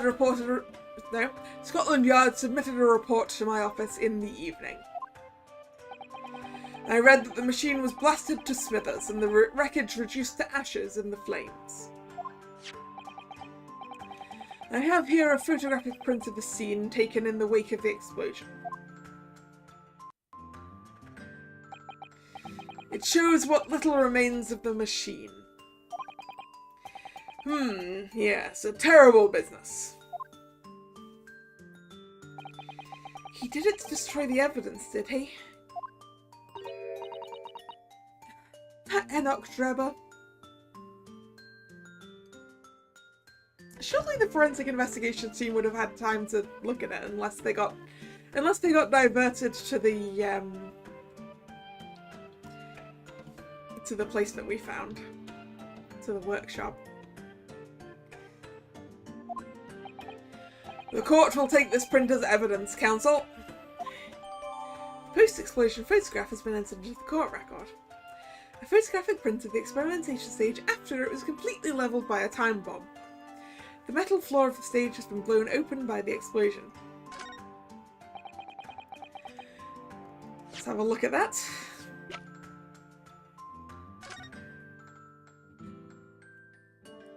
So you can see where the thing drops down into.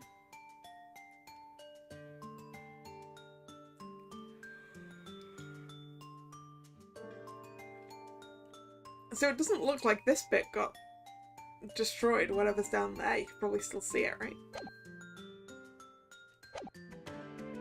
Late yesterday afternoon, the protection afforded to the machine by the Special Dispensation of the Scientific Equipment Act was revoked.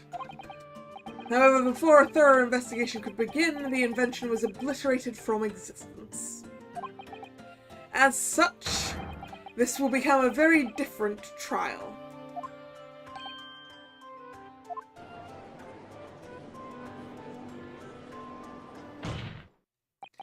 As it stands now, with no evidence on which to draw meaningful conclusions, the authenticity of the kinesis machine will remain forever in obscurity. Indeed. A most unfortunate state of affairs. However, one thing remains clear.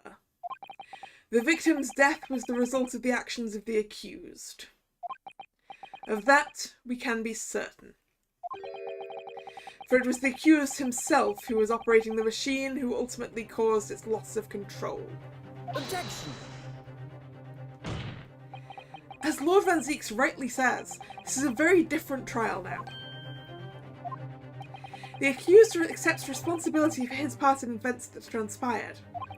He acknowledges that Mr. Asman died as a result of the accident caused by his machine's malfunction. However, unbeknownst to the Professor, he was being deliberately deceived by a pair of very clever fraudsters. Names, counsel, if you please. The engineer, Mr. Enoch Drebber, and the victim himself, Mr. Odi Asman. So what exactly were these two men up to behind the defendant's back? The defence intends to expose that information, thus establishing the unequivocal innocence of the defendant.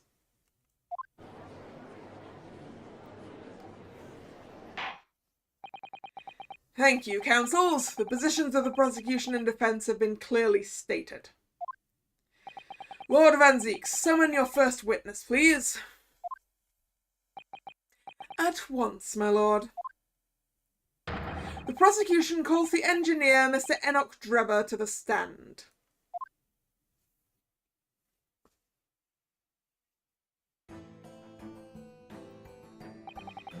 State your name and occupation for the court. Name, Enoch Drebber. Occupation. Hard to pin down, I would say. See that black monocle? Yes, why do I feel as though I've seen it somewhere before? Oh, you too? I had exactly the same feeling myself.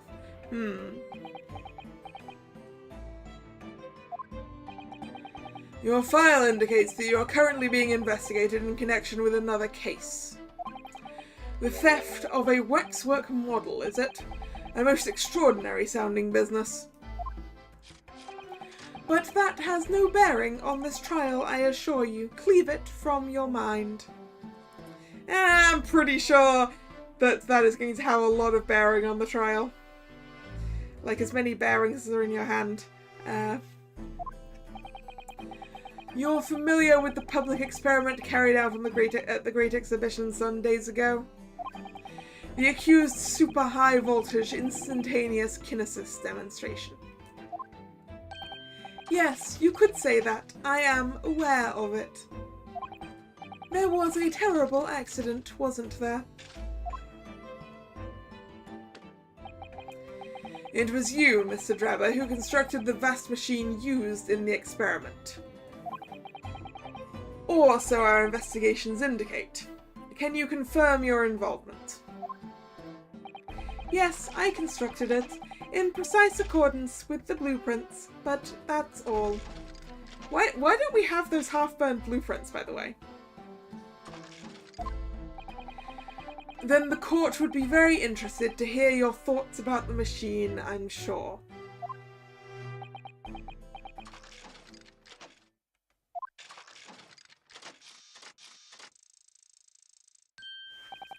An amazing device, if you ask me.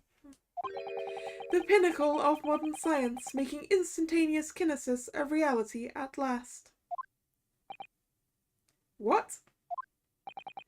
Good gracious, do you mean to say that the experiment was bona fide? Is that your belief, sir? Yes, that is very much my belief. Such a waste that it blew up. Objection! We've already established that the machine was nothing but more than a prop for an elaborate conjuring trick. Objection! You've established nothing of the sort. All that was shown during yesterday's proceedings is that the same outcome could have been produced by means of staged trickery. The defense merely proposed a method and demonstrated its feasibility, nothing more. But we've procrastinated long enough, I feel. Witness, you will now give your formal testimony about the machine that you constructed for the purpose of the demonstration at the Great Exhibition. Understood.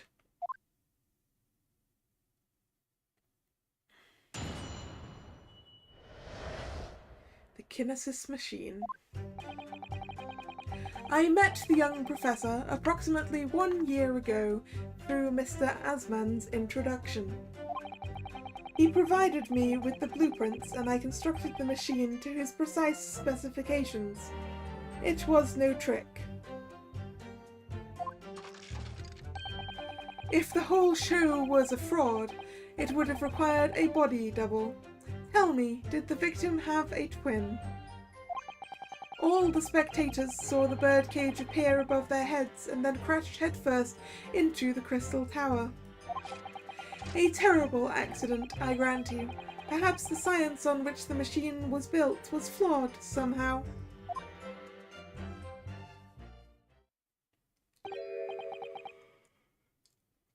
A body double? Well, yes, we assumed that. I'm assuming that it was a waxwork.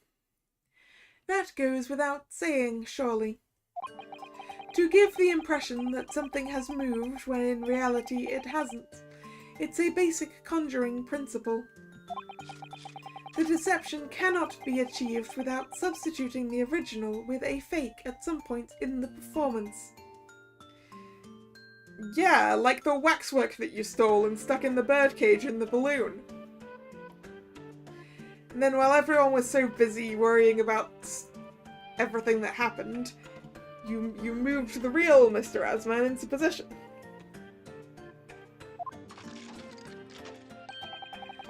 But would I be right in saying you haven't managed to establish anything along those lines?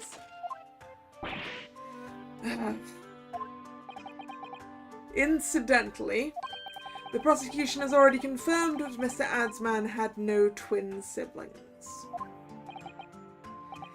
It's my understanding that this witness is well versed in conjuring artfulness.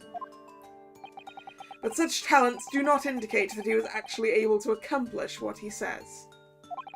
What he claims. Namely, the construction of what, by all accounts, must have been an extremely complex scientific machine. Whatever do you mean? Yesterday's proceedings brought the true nature of your past exploits to light, Mr. Drebber. Indeed it did, my lord. As a swindler who preys on innocent scientists to elicit government grant money through conjuring know-how. Yes, it's true that I possess considerable knowledge of stage magic. But crucially, my scientific knowledge more than matches that of any academic in the field. Investigation of the witness's workshop attests to that claim, my lord. As evidence, the police found this Royal Society trophy for young talent in science there. Yes, that's true. We spotted it there ourselves. If a hypothesis is sound, it can always be forged into a physical manifestation with sufficient skill. Though I may have sold the secrets of some deceptive wiles to snivelling, talentless scientists in the past. You'd love to see that smirk on his face turn into panic. Whoa. Which face? His or Van Ziek's? Would you therefore assert that the explosion of the machine was an unfortunate accident, or, of course, a deliberate act of murder carried out by misuse of the science? Both. Right. Counsel for the defense, your cross-examination, please. Yes, my lord. Alright, let's press this smug robot.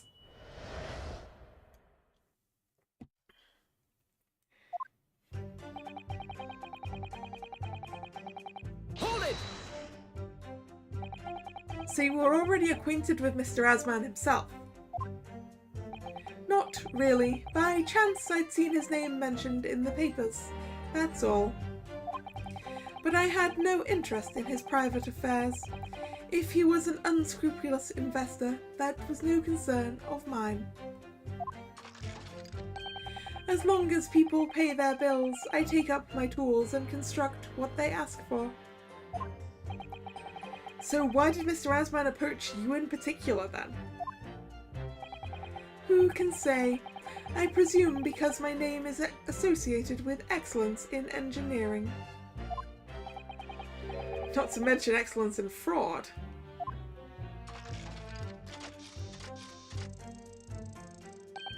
Hard to gauge, but the point is, all I did was construct the machine according to the blueprints I was given. In other words, the Kinesis machine was built on solid scientific principles. Yes, you might say that. Professor Hairbrain certainly has a mind like no other.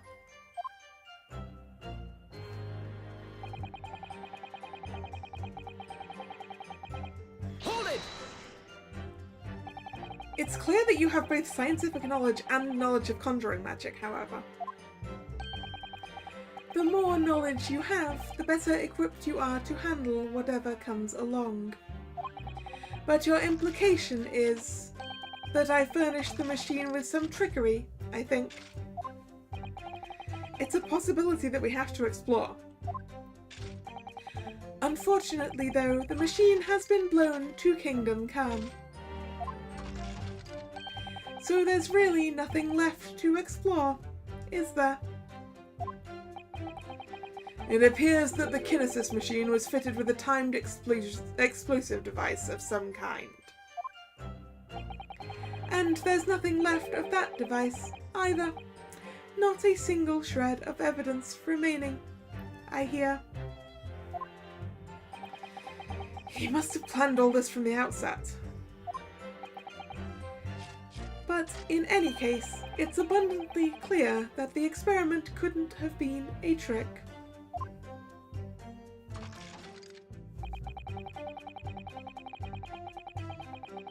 Hold it! Of course, that's it! Mr. Asman was a twin! No, he wasn't a twin! There was a waxwork involved. Objection! Perhaps my learned friend wasn't listening earlier. Mr. Asman has no twin siblings. No, I heard you before, but the thread of hope hadn't quite left me. The demonstration could have been a trick, if there was someone who looked sufficiently like the victim. But Dr. Saib absolutely ruled that out as a possibility. It is beyond question that the victim himself, Mr. Asman, did move from the stage to the Crystal Tower. The fingerprints found at the scene attest to that fact. So it can't have been orchestrated using someone who looked identical to Mr. Asman then.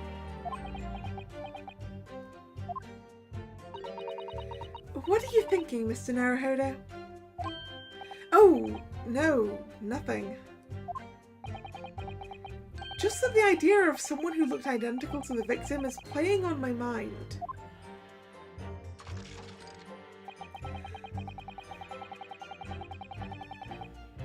Hold it! It crashed head first, you say? According to the many witness reports from those there at the time, yes. Were you not there at the exhibition grounds that day?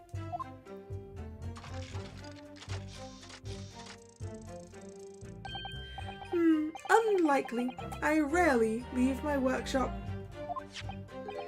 Yet another of your unique inventions was found at the scene.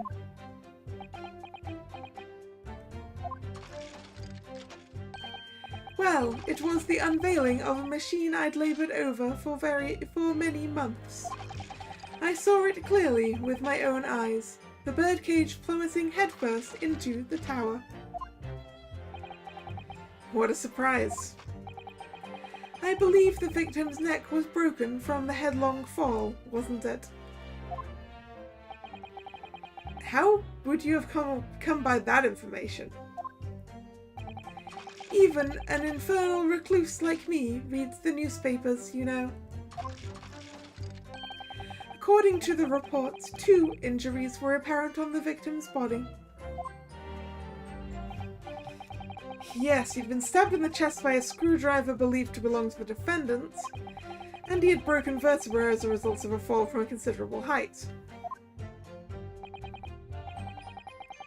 Correct. My learned friend has been doing his research, it seems. Do we know which injury was the fatal one? Sadly not. Forensic science is not yet at a level where such things can be determined.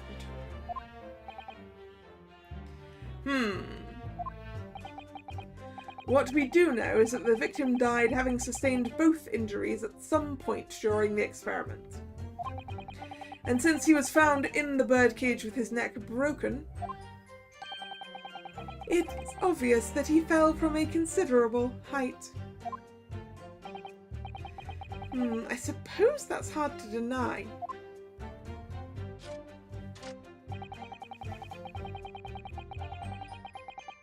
Hold it! So you understood the science, did you? Not in the slightest. Oh, right. As I've said a number of times, I'm an engineer. My job is to manufacture according to the blueprints I'm given. I would be inviting manifold problems if I foolishly allowed my brain to digest the ideas behind them. I could be accused of stealing those ideas, for example. But how is it possible to construct a machine without really understanding the principles it relies on?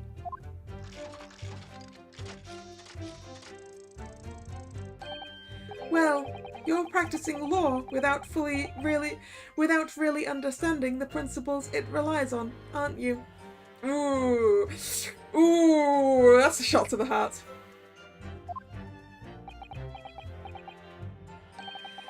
Very good point. Stand up for yourself, Mr. Naruhodo. The point is, the experiment resulted in an instantaneous kinesis taking place. As such, the science must be sound.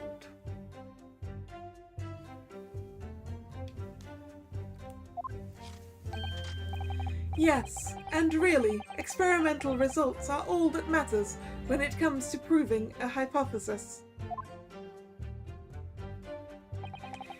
He's certainly very sure of himself. What do you think, Mr. Naruhodo?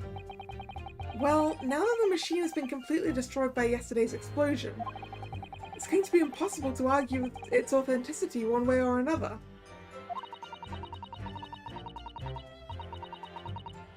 But if we're unable to establish that it was a piece of stage trickery, rather than genuine science, we will have no grounds on which to demonstrate Professor Harebrain's innocence.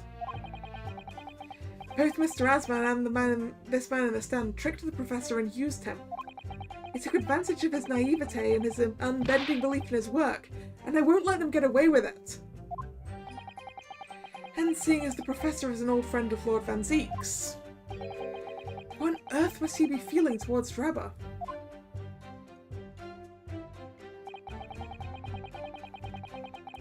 Okay, we need to pick some evidence. So, what is the most likely piece of evidence we have? I'm feeling like it's the head.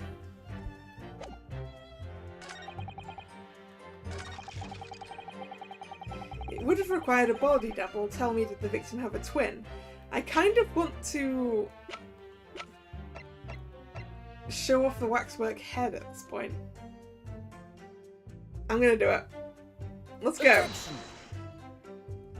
Okay, apparently that is not the answer. The defense would have to object to that last statement, my lord. And I would have to overrule your objection, counsel. The defense would have to accept the penalty given. Glad to hear it. And you would also have to think again, Okay. We can't do that. Right, what have we got?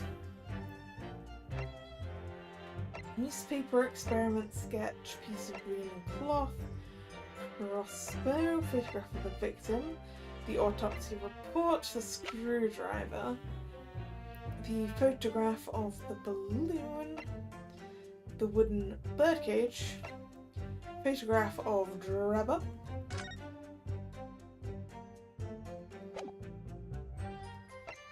camera, piece of broken glass, found in the folds of clothing of Professor Waxwork. So it was definitely the waxwork that crashed through the crystal tower. I just don't know how to prove it.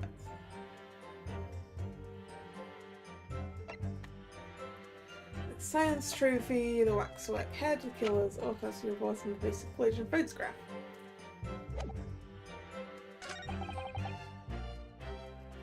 All the spectators saw the birdcage appear above their heads and then crash headfirst in the crystal tower. Terrible act.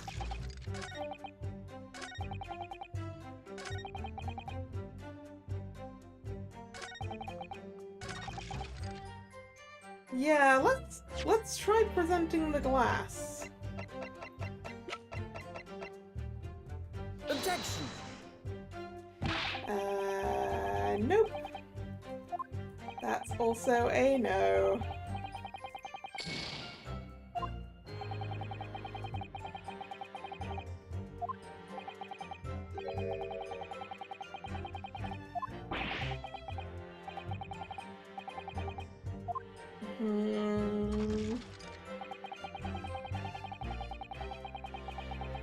feel like I may need to look up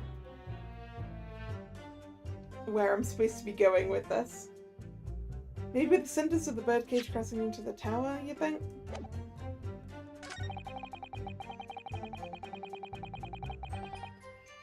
I don't know, it's getting closer.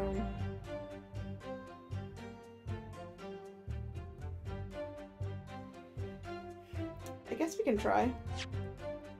All the spectators saw the birdcage.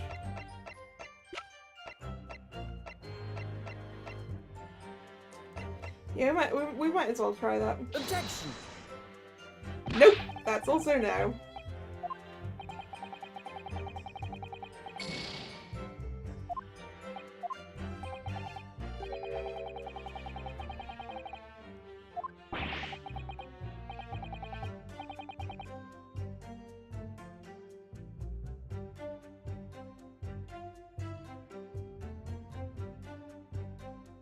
Oh!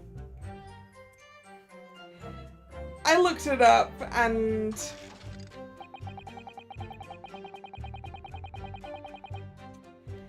we forgot something that we investigated before. Because the birdcage clearly did not fall head first. As we established last time when we looked it up. Objection! We've examined the birdcage that crashed into the crystal tower ourselves. As you can see, the cage, which is a wooden construction, has sustained damage in one particular spot. Following the explosion, it fell some 30 feet into the glass of the crystal tower. That level of damage is to be expected, surely. I agree, the damage itself is entirely understandable. What doesn't make sense is the location of that damage.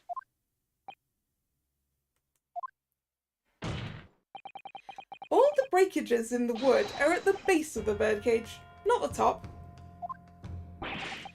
What are you saying? Oh, he does sweat. Maybe he isn't a robot. I'm still gonna do the robot voice for him. That's the opposite of where they should be. That's right, my lord. The birdcage that was at the scene is damaged at its base. So we have reports of the birdcage falling headlong into the crystal tower, yet the damage is at the bottom. The only way to reconcile these two facts is to accept that there were two birdcages in play that day, which were at some point switched. And the one that Mr. Asman was on was damaged at the bottom when it dropped through the trapdoor in the experimentation stage. Switched during what wasn't a scientific experiment at all, but an elaborate piece of stage trickery. Yeah. There you are. Are you happy with the face you just made? Good gracious, explain yourself, witness. Well, if we examine the facts, there's only one logical conclusion we can draw.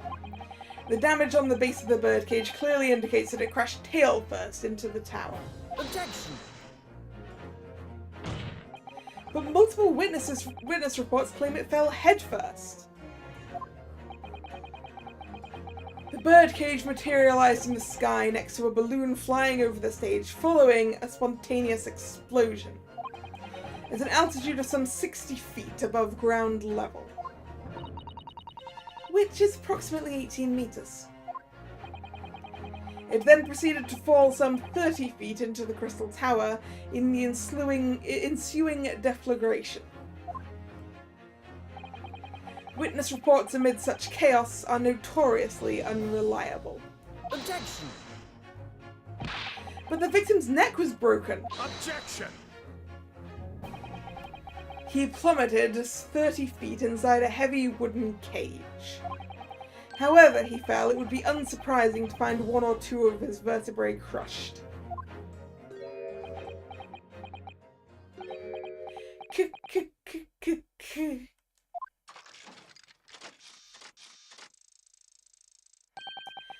riveting scientific analysis of events from the prosecution there. Though to be even more rigorous, you would have to say it was only one vertebra, actually. He wasn't quiet for long. Was it only one? I thought it was more than one.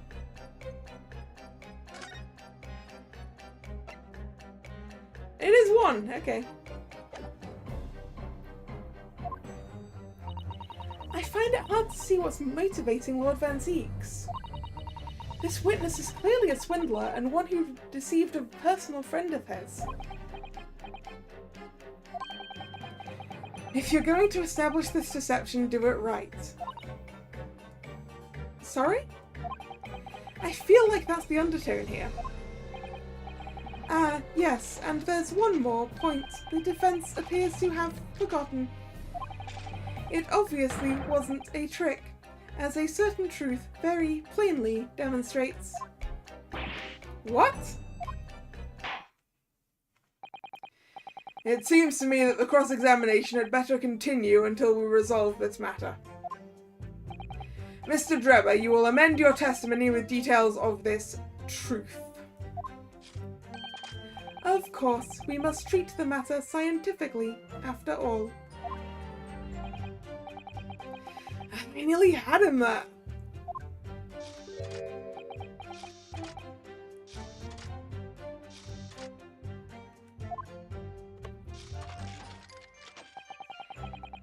The kinesis clearly took place because there's nowhere else 30 feet high for the birdcage to have fallen from.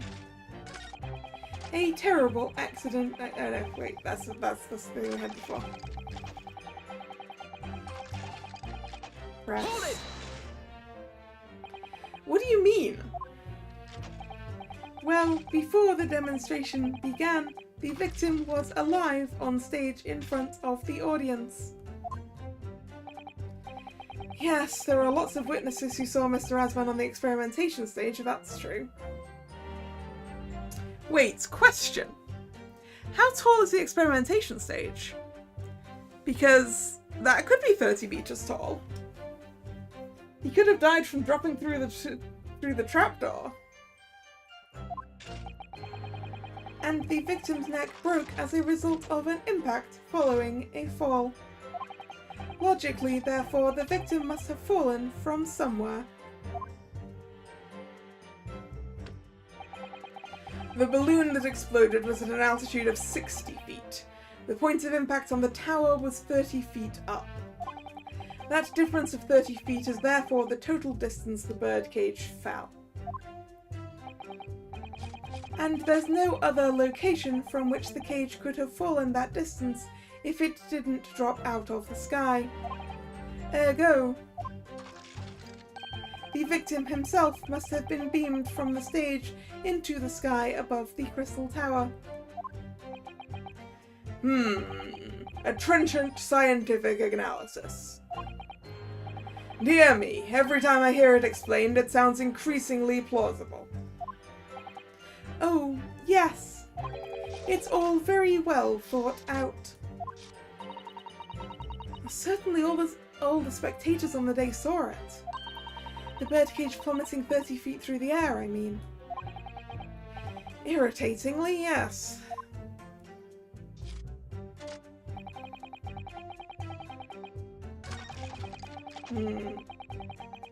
There is nowhere else 30 feet high for the birdcage to have fallen from. Doubt. I think this photograph of the hole. Objection! Apparently not. Apparently not.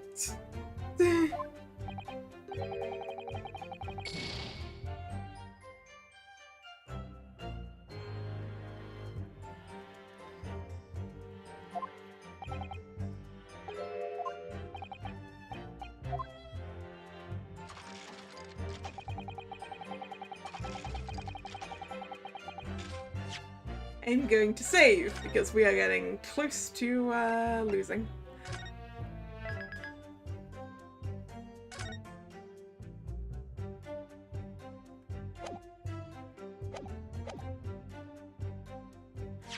What else do we have that could show it? Oh, maybe that.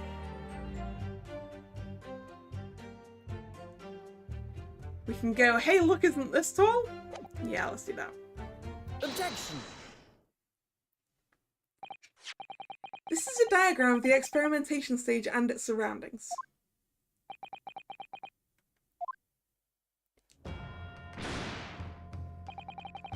We know that somehow the birdcage appeared in midair before falling down into the crystal tower. A fall of about 30 feet, or 9 meters. However, if you examine the diagram carefully, you'll see that there is one other possible location from which the birdcage could have fallen. The same distance of 30 feet. I mean, there's no scale on the sketch, but hey. No.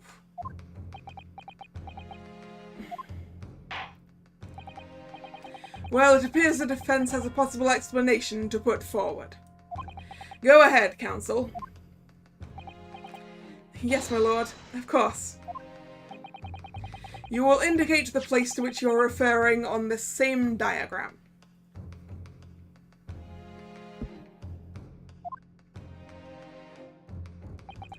The alternative location from which the birdcage could have possibly fallen the requisite 30 feet.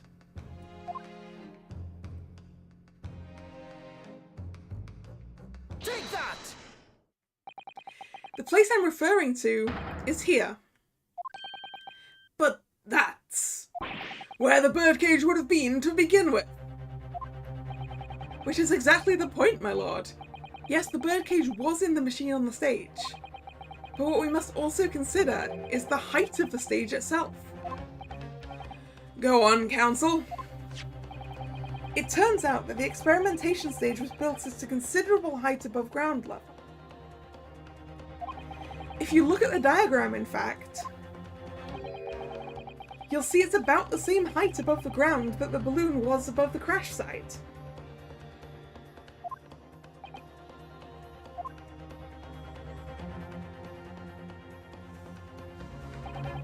When the experiment got underway, the machine and its birdcage were engulfed in steam.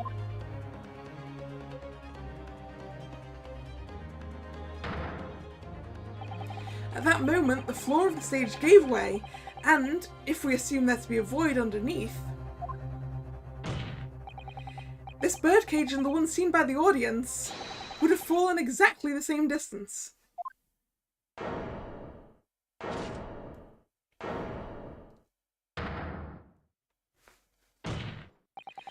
Once again, my lord, this all points to the fact that there was not one birdcage, but two. Objection! My learned friend has no evidence that the stage had such a contrivance in its design. You bet? Someone is responsible for the criminal destruction of the Kinesis machine itself. That's true. However, the stage still stands. And take a moment to look at this photographic print of the scene following yesterday's explosion. Good lord, the metal grill that formed the floor of the machine is undone. Yes, most likely blown open by the force of the explosion that destroyed the rest of the machine. The defense calls for the space below the stage to be investigated immediately.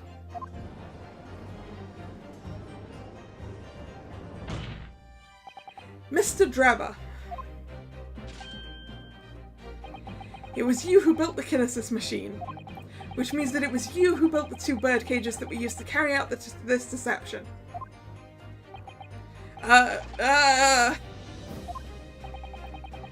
Whether Professor Harebrain's hypothesis is sound or not makes no difference, because it's the construction of this machine that matters, a machine designed to take Mr. Asman's life.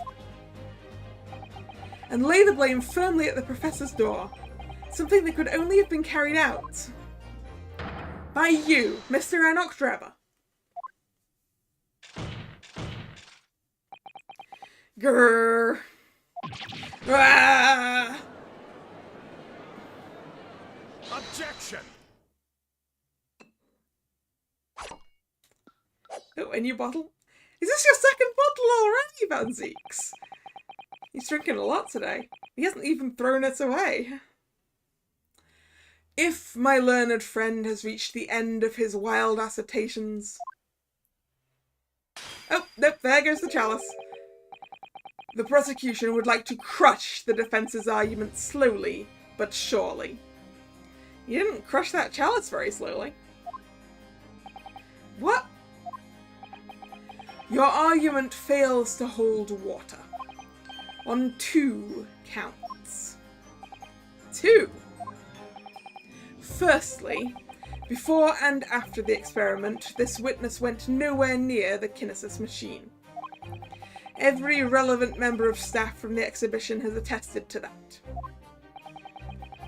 And I believe members of Scotland Yard have also been on watch duty at every public experiment. In other words, Mr. Drebber had no opportunity to switch the alleged pair of bird cages. Objection! But I've already explained why he wouldn't have needed to. Except that he does need to. Because the body was found inside of the thing. Inside of the tower. The nonsense with the crossbow, that doesn't bolster your case at all. The man who disappeared from the stage and the man who crashed into the tower are one and the same. No, they're not, and I have proof. The forensic investigation team's report is unequivocal on that point. Ah. And the second flaw in your assertion is a distinct lack of motive. Why would this man have wanted to take the victim's life?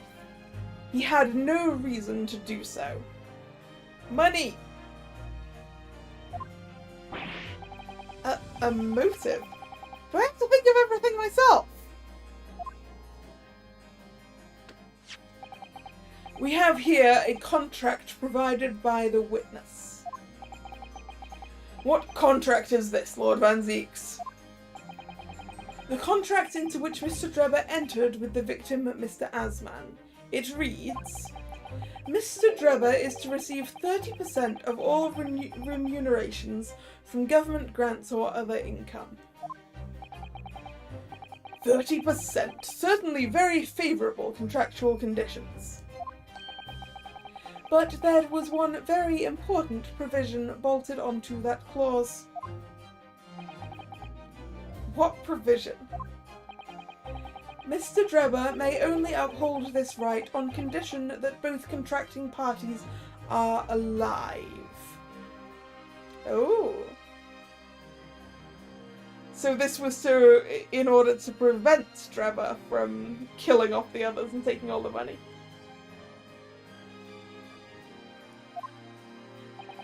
In other words, if either of us were to die, the contract would become null and void. Mr. Drebber, are you still a living human being? Because if you are not, then I believe the contract is null and void. So you see, I had nothing to gain from Mr. Asman's death. The diametric opposite, in fact.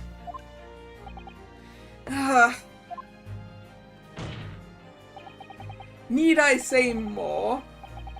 The witness had neither an opportunity nor a reason to commit the alleged crime.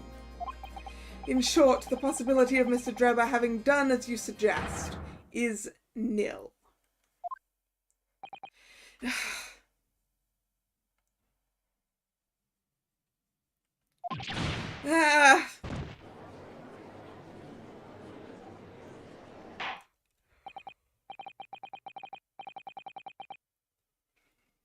Yeah, I mean, Mr. Drebber is either part machine, fully machine, or just has a lot of weird machinery attached to him. It seems the defence's assertion was somewhat wide of the mark. Lord Van Zeeks, you will submit to the contract as evidence, please. Drebber's contract has been entered into the court record. The contract between Mr. Asman and Mr. Drebber, detailing the terms by which they would profit from the kinesis experiment. let's have a look at it. The investor, Mr. Odi Asman, hereby enters into contract with the provider, Mr. Enoch Drebber, to fund labour and materials for the construction of a super high voltage instantaneous kinesis machine. Mr. Drebber is to receive 30% of all remunerations from government grants or other income. Mr. Drebber may only uphold this right on condition that both contracting parties are alive. Oh, Mr. Odi Asman, that is a very, very fancy way of doing your signature. Making the O part of the flourish from the end of the Asman. That is very nice.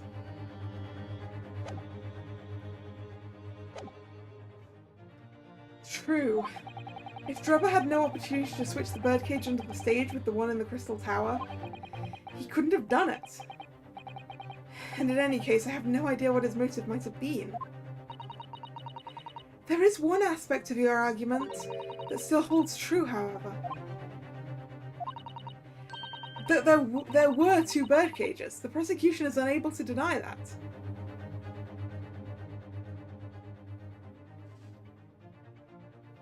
Your signature is close to Trevor's. As in, it's, yeah, just the name with, like, no flourishes whatsoever.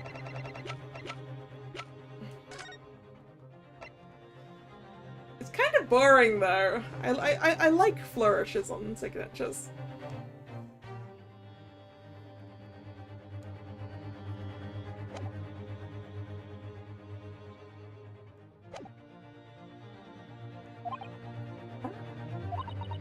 I'm sure you're on the right lines, Mr. Naruhodo. And I've no doubt there are other aspects of your assertion that are undeniable truths too.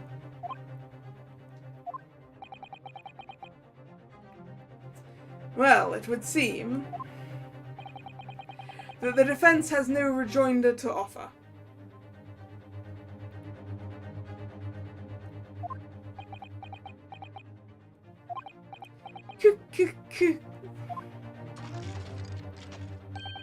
Well, I must say I'm a little surprised.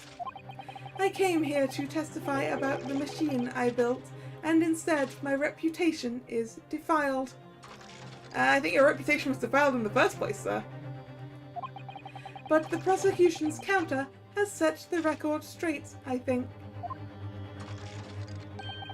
It's impossible that I'm the culprit. Objection!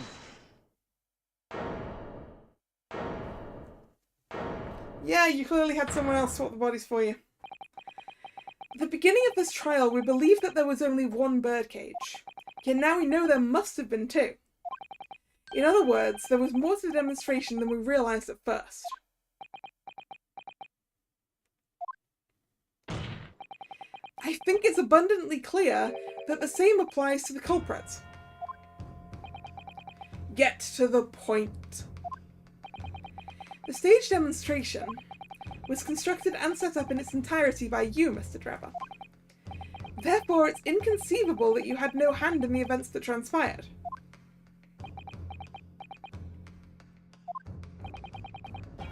So if circumstances mean it's impossible that you could have carried out the crime yourself, it points to the fact that someone else was involved. Yeah, you had an assistant. Someone else? Counsel, are you suggesting? Yes, my lord. Mr. Drebber had an accomplice. Objection! An accomplice now? Well then, I presume you're prepared for what's to come? Now that you're accusing not only this witness, but someone else of the most serious of crimes.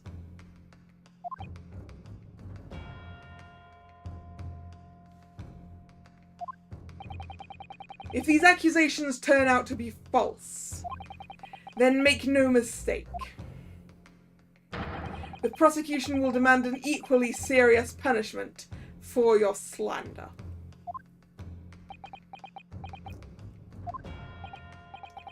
Well, counsel, do you intend to pursue this course and formally accuse another party of involvement in this matter? Well, yeah, of course. What do I do here? At the moment, this is little more than a hunch on my part. I don't know for sure if Drebber had an accomplice, or if he really is the culprit here.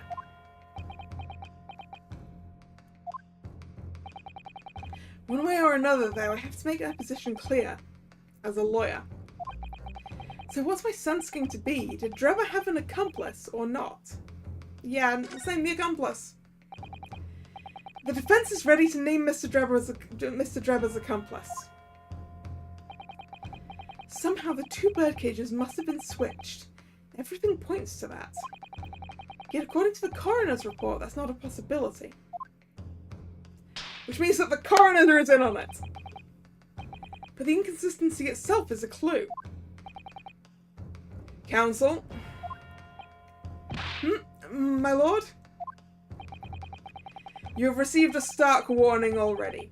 If you are nevertheless determined, then I must now ask you to identify this alleged accomplice by name. So, your answer, please. I'm going to save.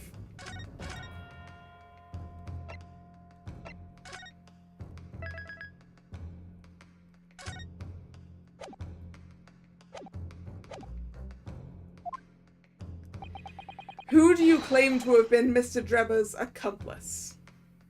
Well, it's not going to be my friends here. It's not going to be Strongheart. Asman is dead. Hairbrain can't be the accomplice. It's not going to be Van Zeeks. Or the Masked Man. Or Gina or Gregson. Two spells, unlikely. Valzalu also unlikely. I mean... It's the coroner, isn't it? Because if it's the coroner's report that's the reason that this can't be a thing, then the coroner must have been in on it.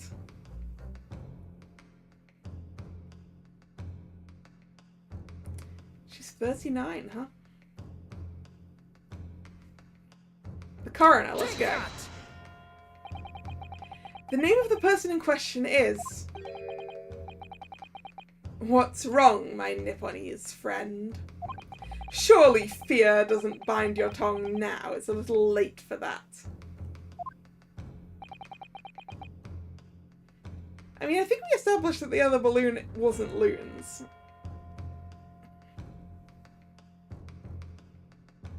Of course I'm afraid. After all, naming her in this capacity is definitely going to make waves. A lot of waves. It could very well turn every single person in this courtroom against me.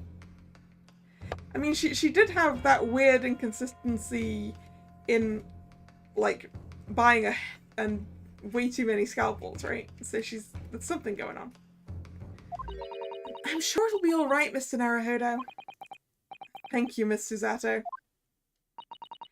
The enemy always appears larger than life, but you'll appear exactly the same to the enemy. Alright then, here goes. You've kept us waiting long enough. Your answer, counsel, now. The person who colluded with Mr. Drebber in order to carry out this wicked crime is Scotland Yard's coroner, Dr. Courtney Scythe.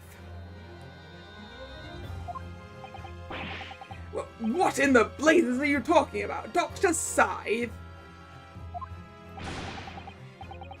The head of the forensic investigation team and the coroner who conducted the autopsy on the victim.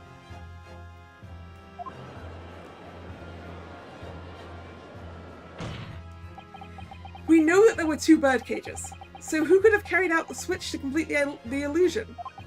The accident happened in front of a huge crowd of spectators, and the area was immediately sealed off. Then everyone, police officers included, were banished to make way for the forensic investigation team. When else could the switch have occurred? It can only have been in that team's presence. And the fact that they hadn't managed to investigate the machine properly before it got exploded, you know. It's essential that the court determines exactly what happened following the incident. The defense demands that Dr. Scythe be summoned to the witness stand at once to testify.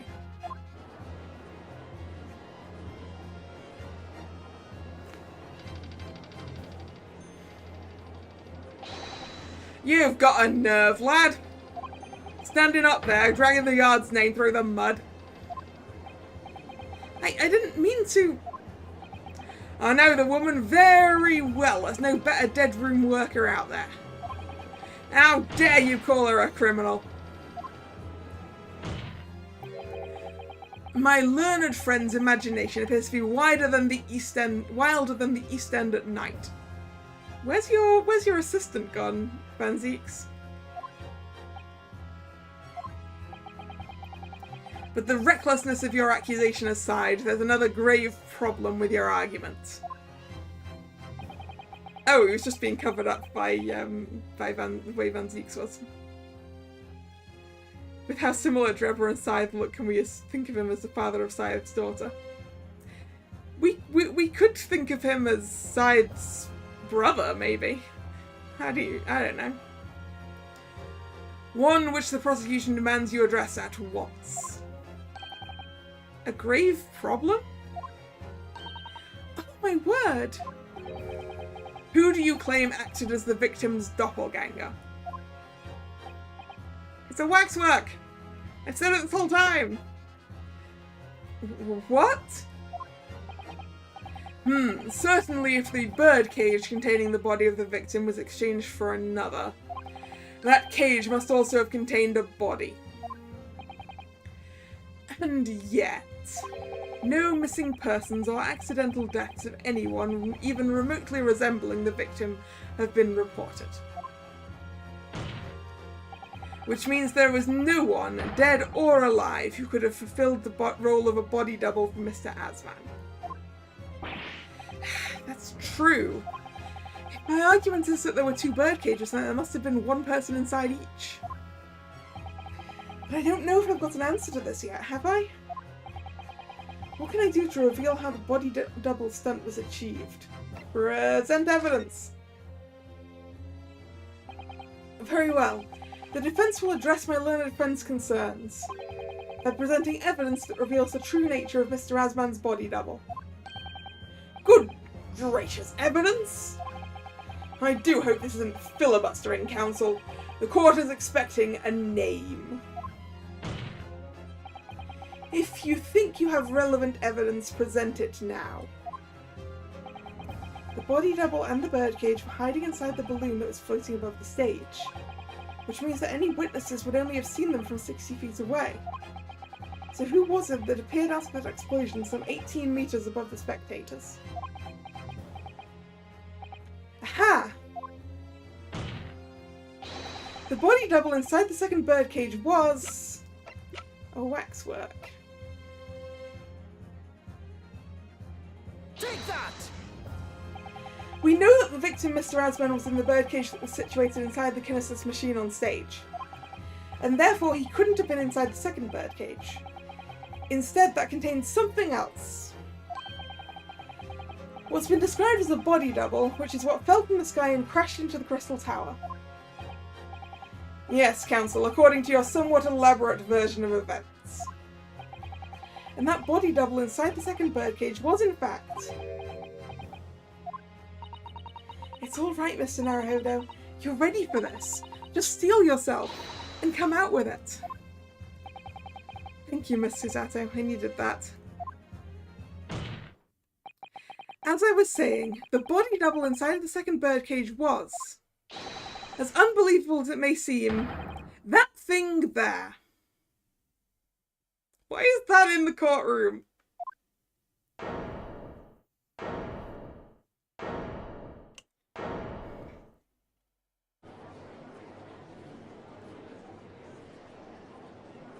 Objection!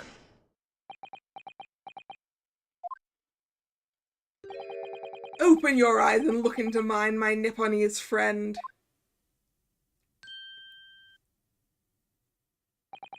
Now tell me, what are you playing at? Stand firm now, Ryunosuke. This is the time to show your Japanese spirit. As the court will observe, this is a waxwork model.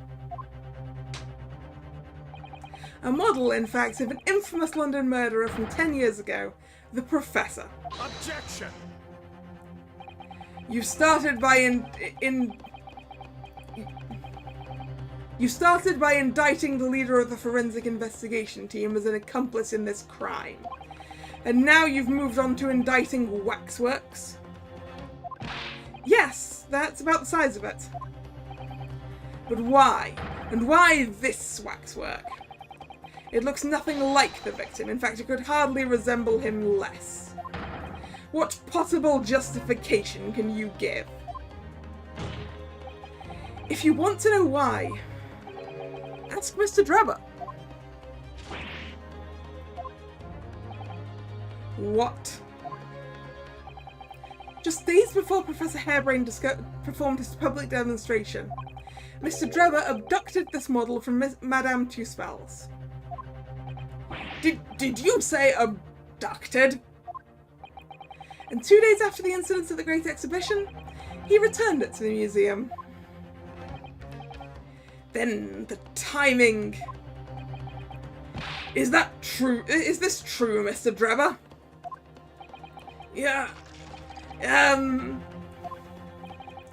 At first I couldn't see why Mr. Drebber would have stolen the waxwork and then given it back again. But now the reason is clear. He took it so that he could put it inside the second birdcage as a body double for Mr. Asman. Yeah. Objection! Are you hearing this, ladies and gentlemen of the jury? Are you hearing the defence's astonishing proposal? That the witness fabricated this vast machine with the intention of deceiving some wretched scientist. That he did so in collusion with the country's finest coroner on a public stage in front of a vast audience. And that to effect the deception he used a waxwork model that in no way resembles the victim. Are we really to believe this far-fetched tale? What do you decide? Objection! Wait! Yes, if you put it like that, of course it sounds implausible. My lord. I need to speak, if you please. Go ahead, Mr. Foreman. Myself and my colleagues have reached an agreement. No! Very good. In that case... Yeah, maybe the waxwork resembles the victim without the mask, right? Or maybe the reason that he kept the head is because the head inside of the mask has been destroyed by the fall. And he needed to hide that fact, to try and hide that it was inside of the balloon and fell. Or maybe they made a different head for it. Temporarily. Guilty! Guilty. Guilty! Guilty! Guilty! Kill me! No.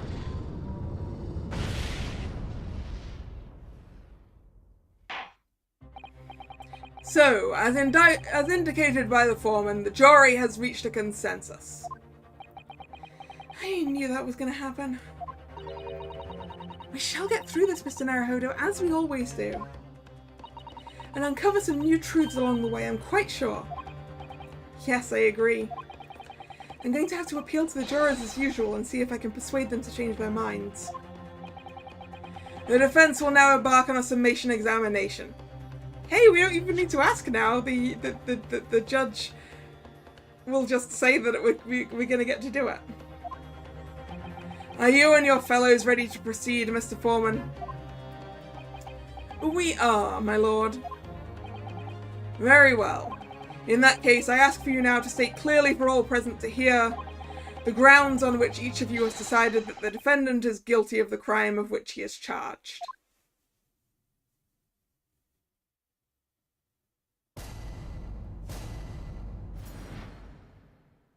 The jurors' contentions. Although I think I'm going to leave this until next time because I'm really tired, honestly. I think I need to stop now. So, thank you very much for coming. It's been fun. If you're new here and you've enjoyed your time, please consider subscribing to the channel. You can also follow me on Twitter, which is where I post the stream schedule for the week. This was the last scheduled stream of the week, so there'll be a new schedule up either later today or at some point tomorrow. The next scheduled stream should be tomorrow, Monday, 7 PM BST, and I believe I'm planning that to be the start of Birashana, the Rising Flower of Genpei. It's back to Otome times. Yes, let's go. So, once again, thanks for coming. And this is Kalla signing out. See ya! Bye bye!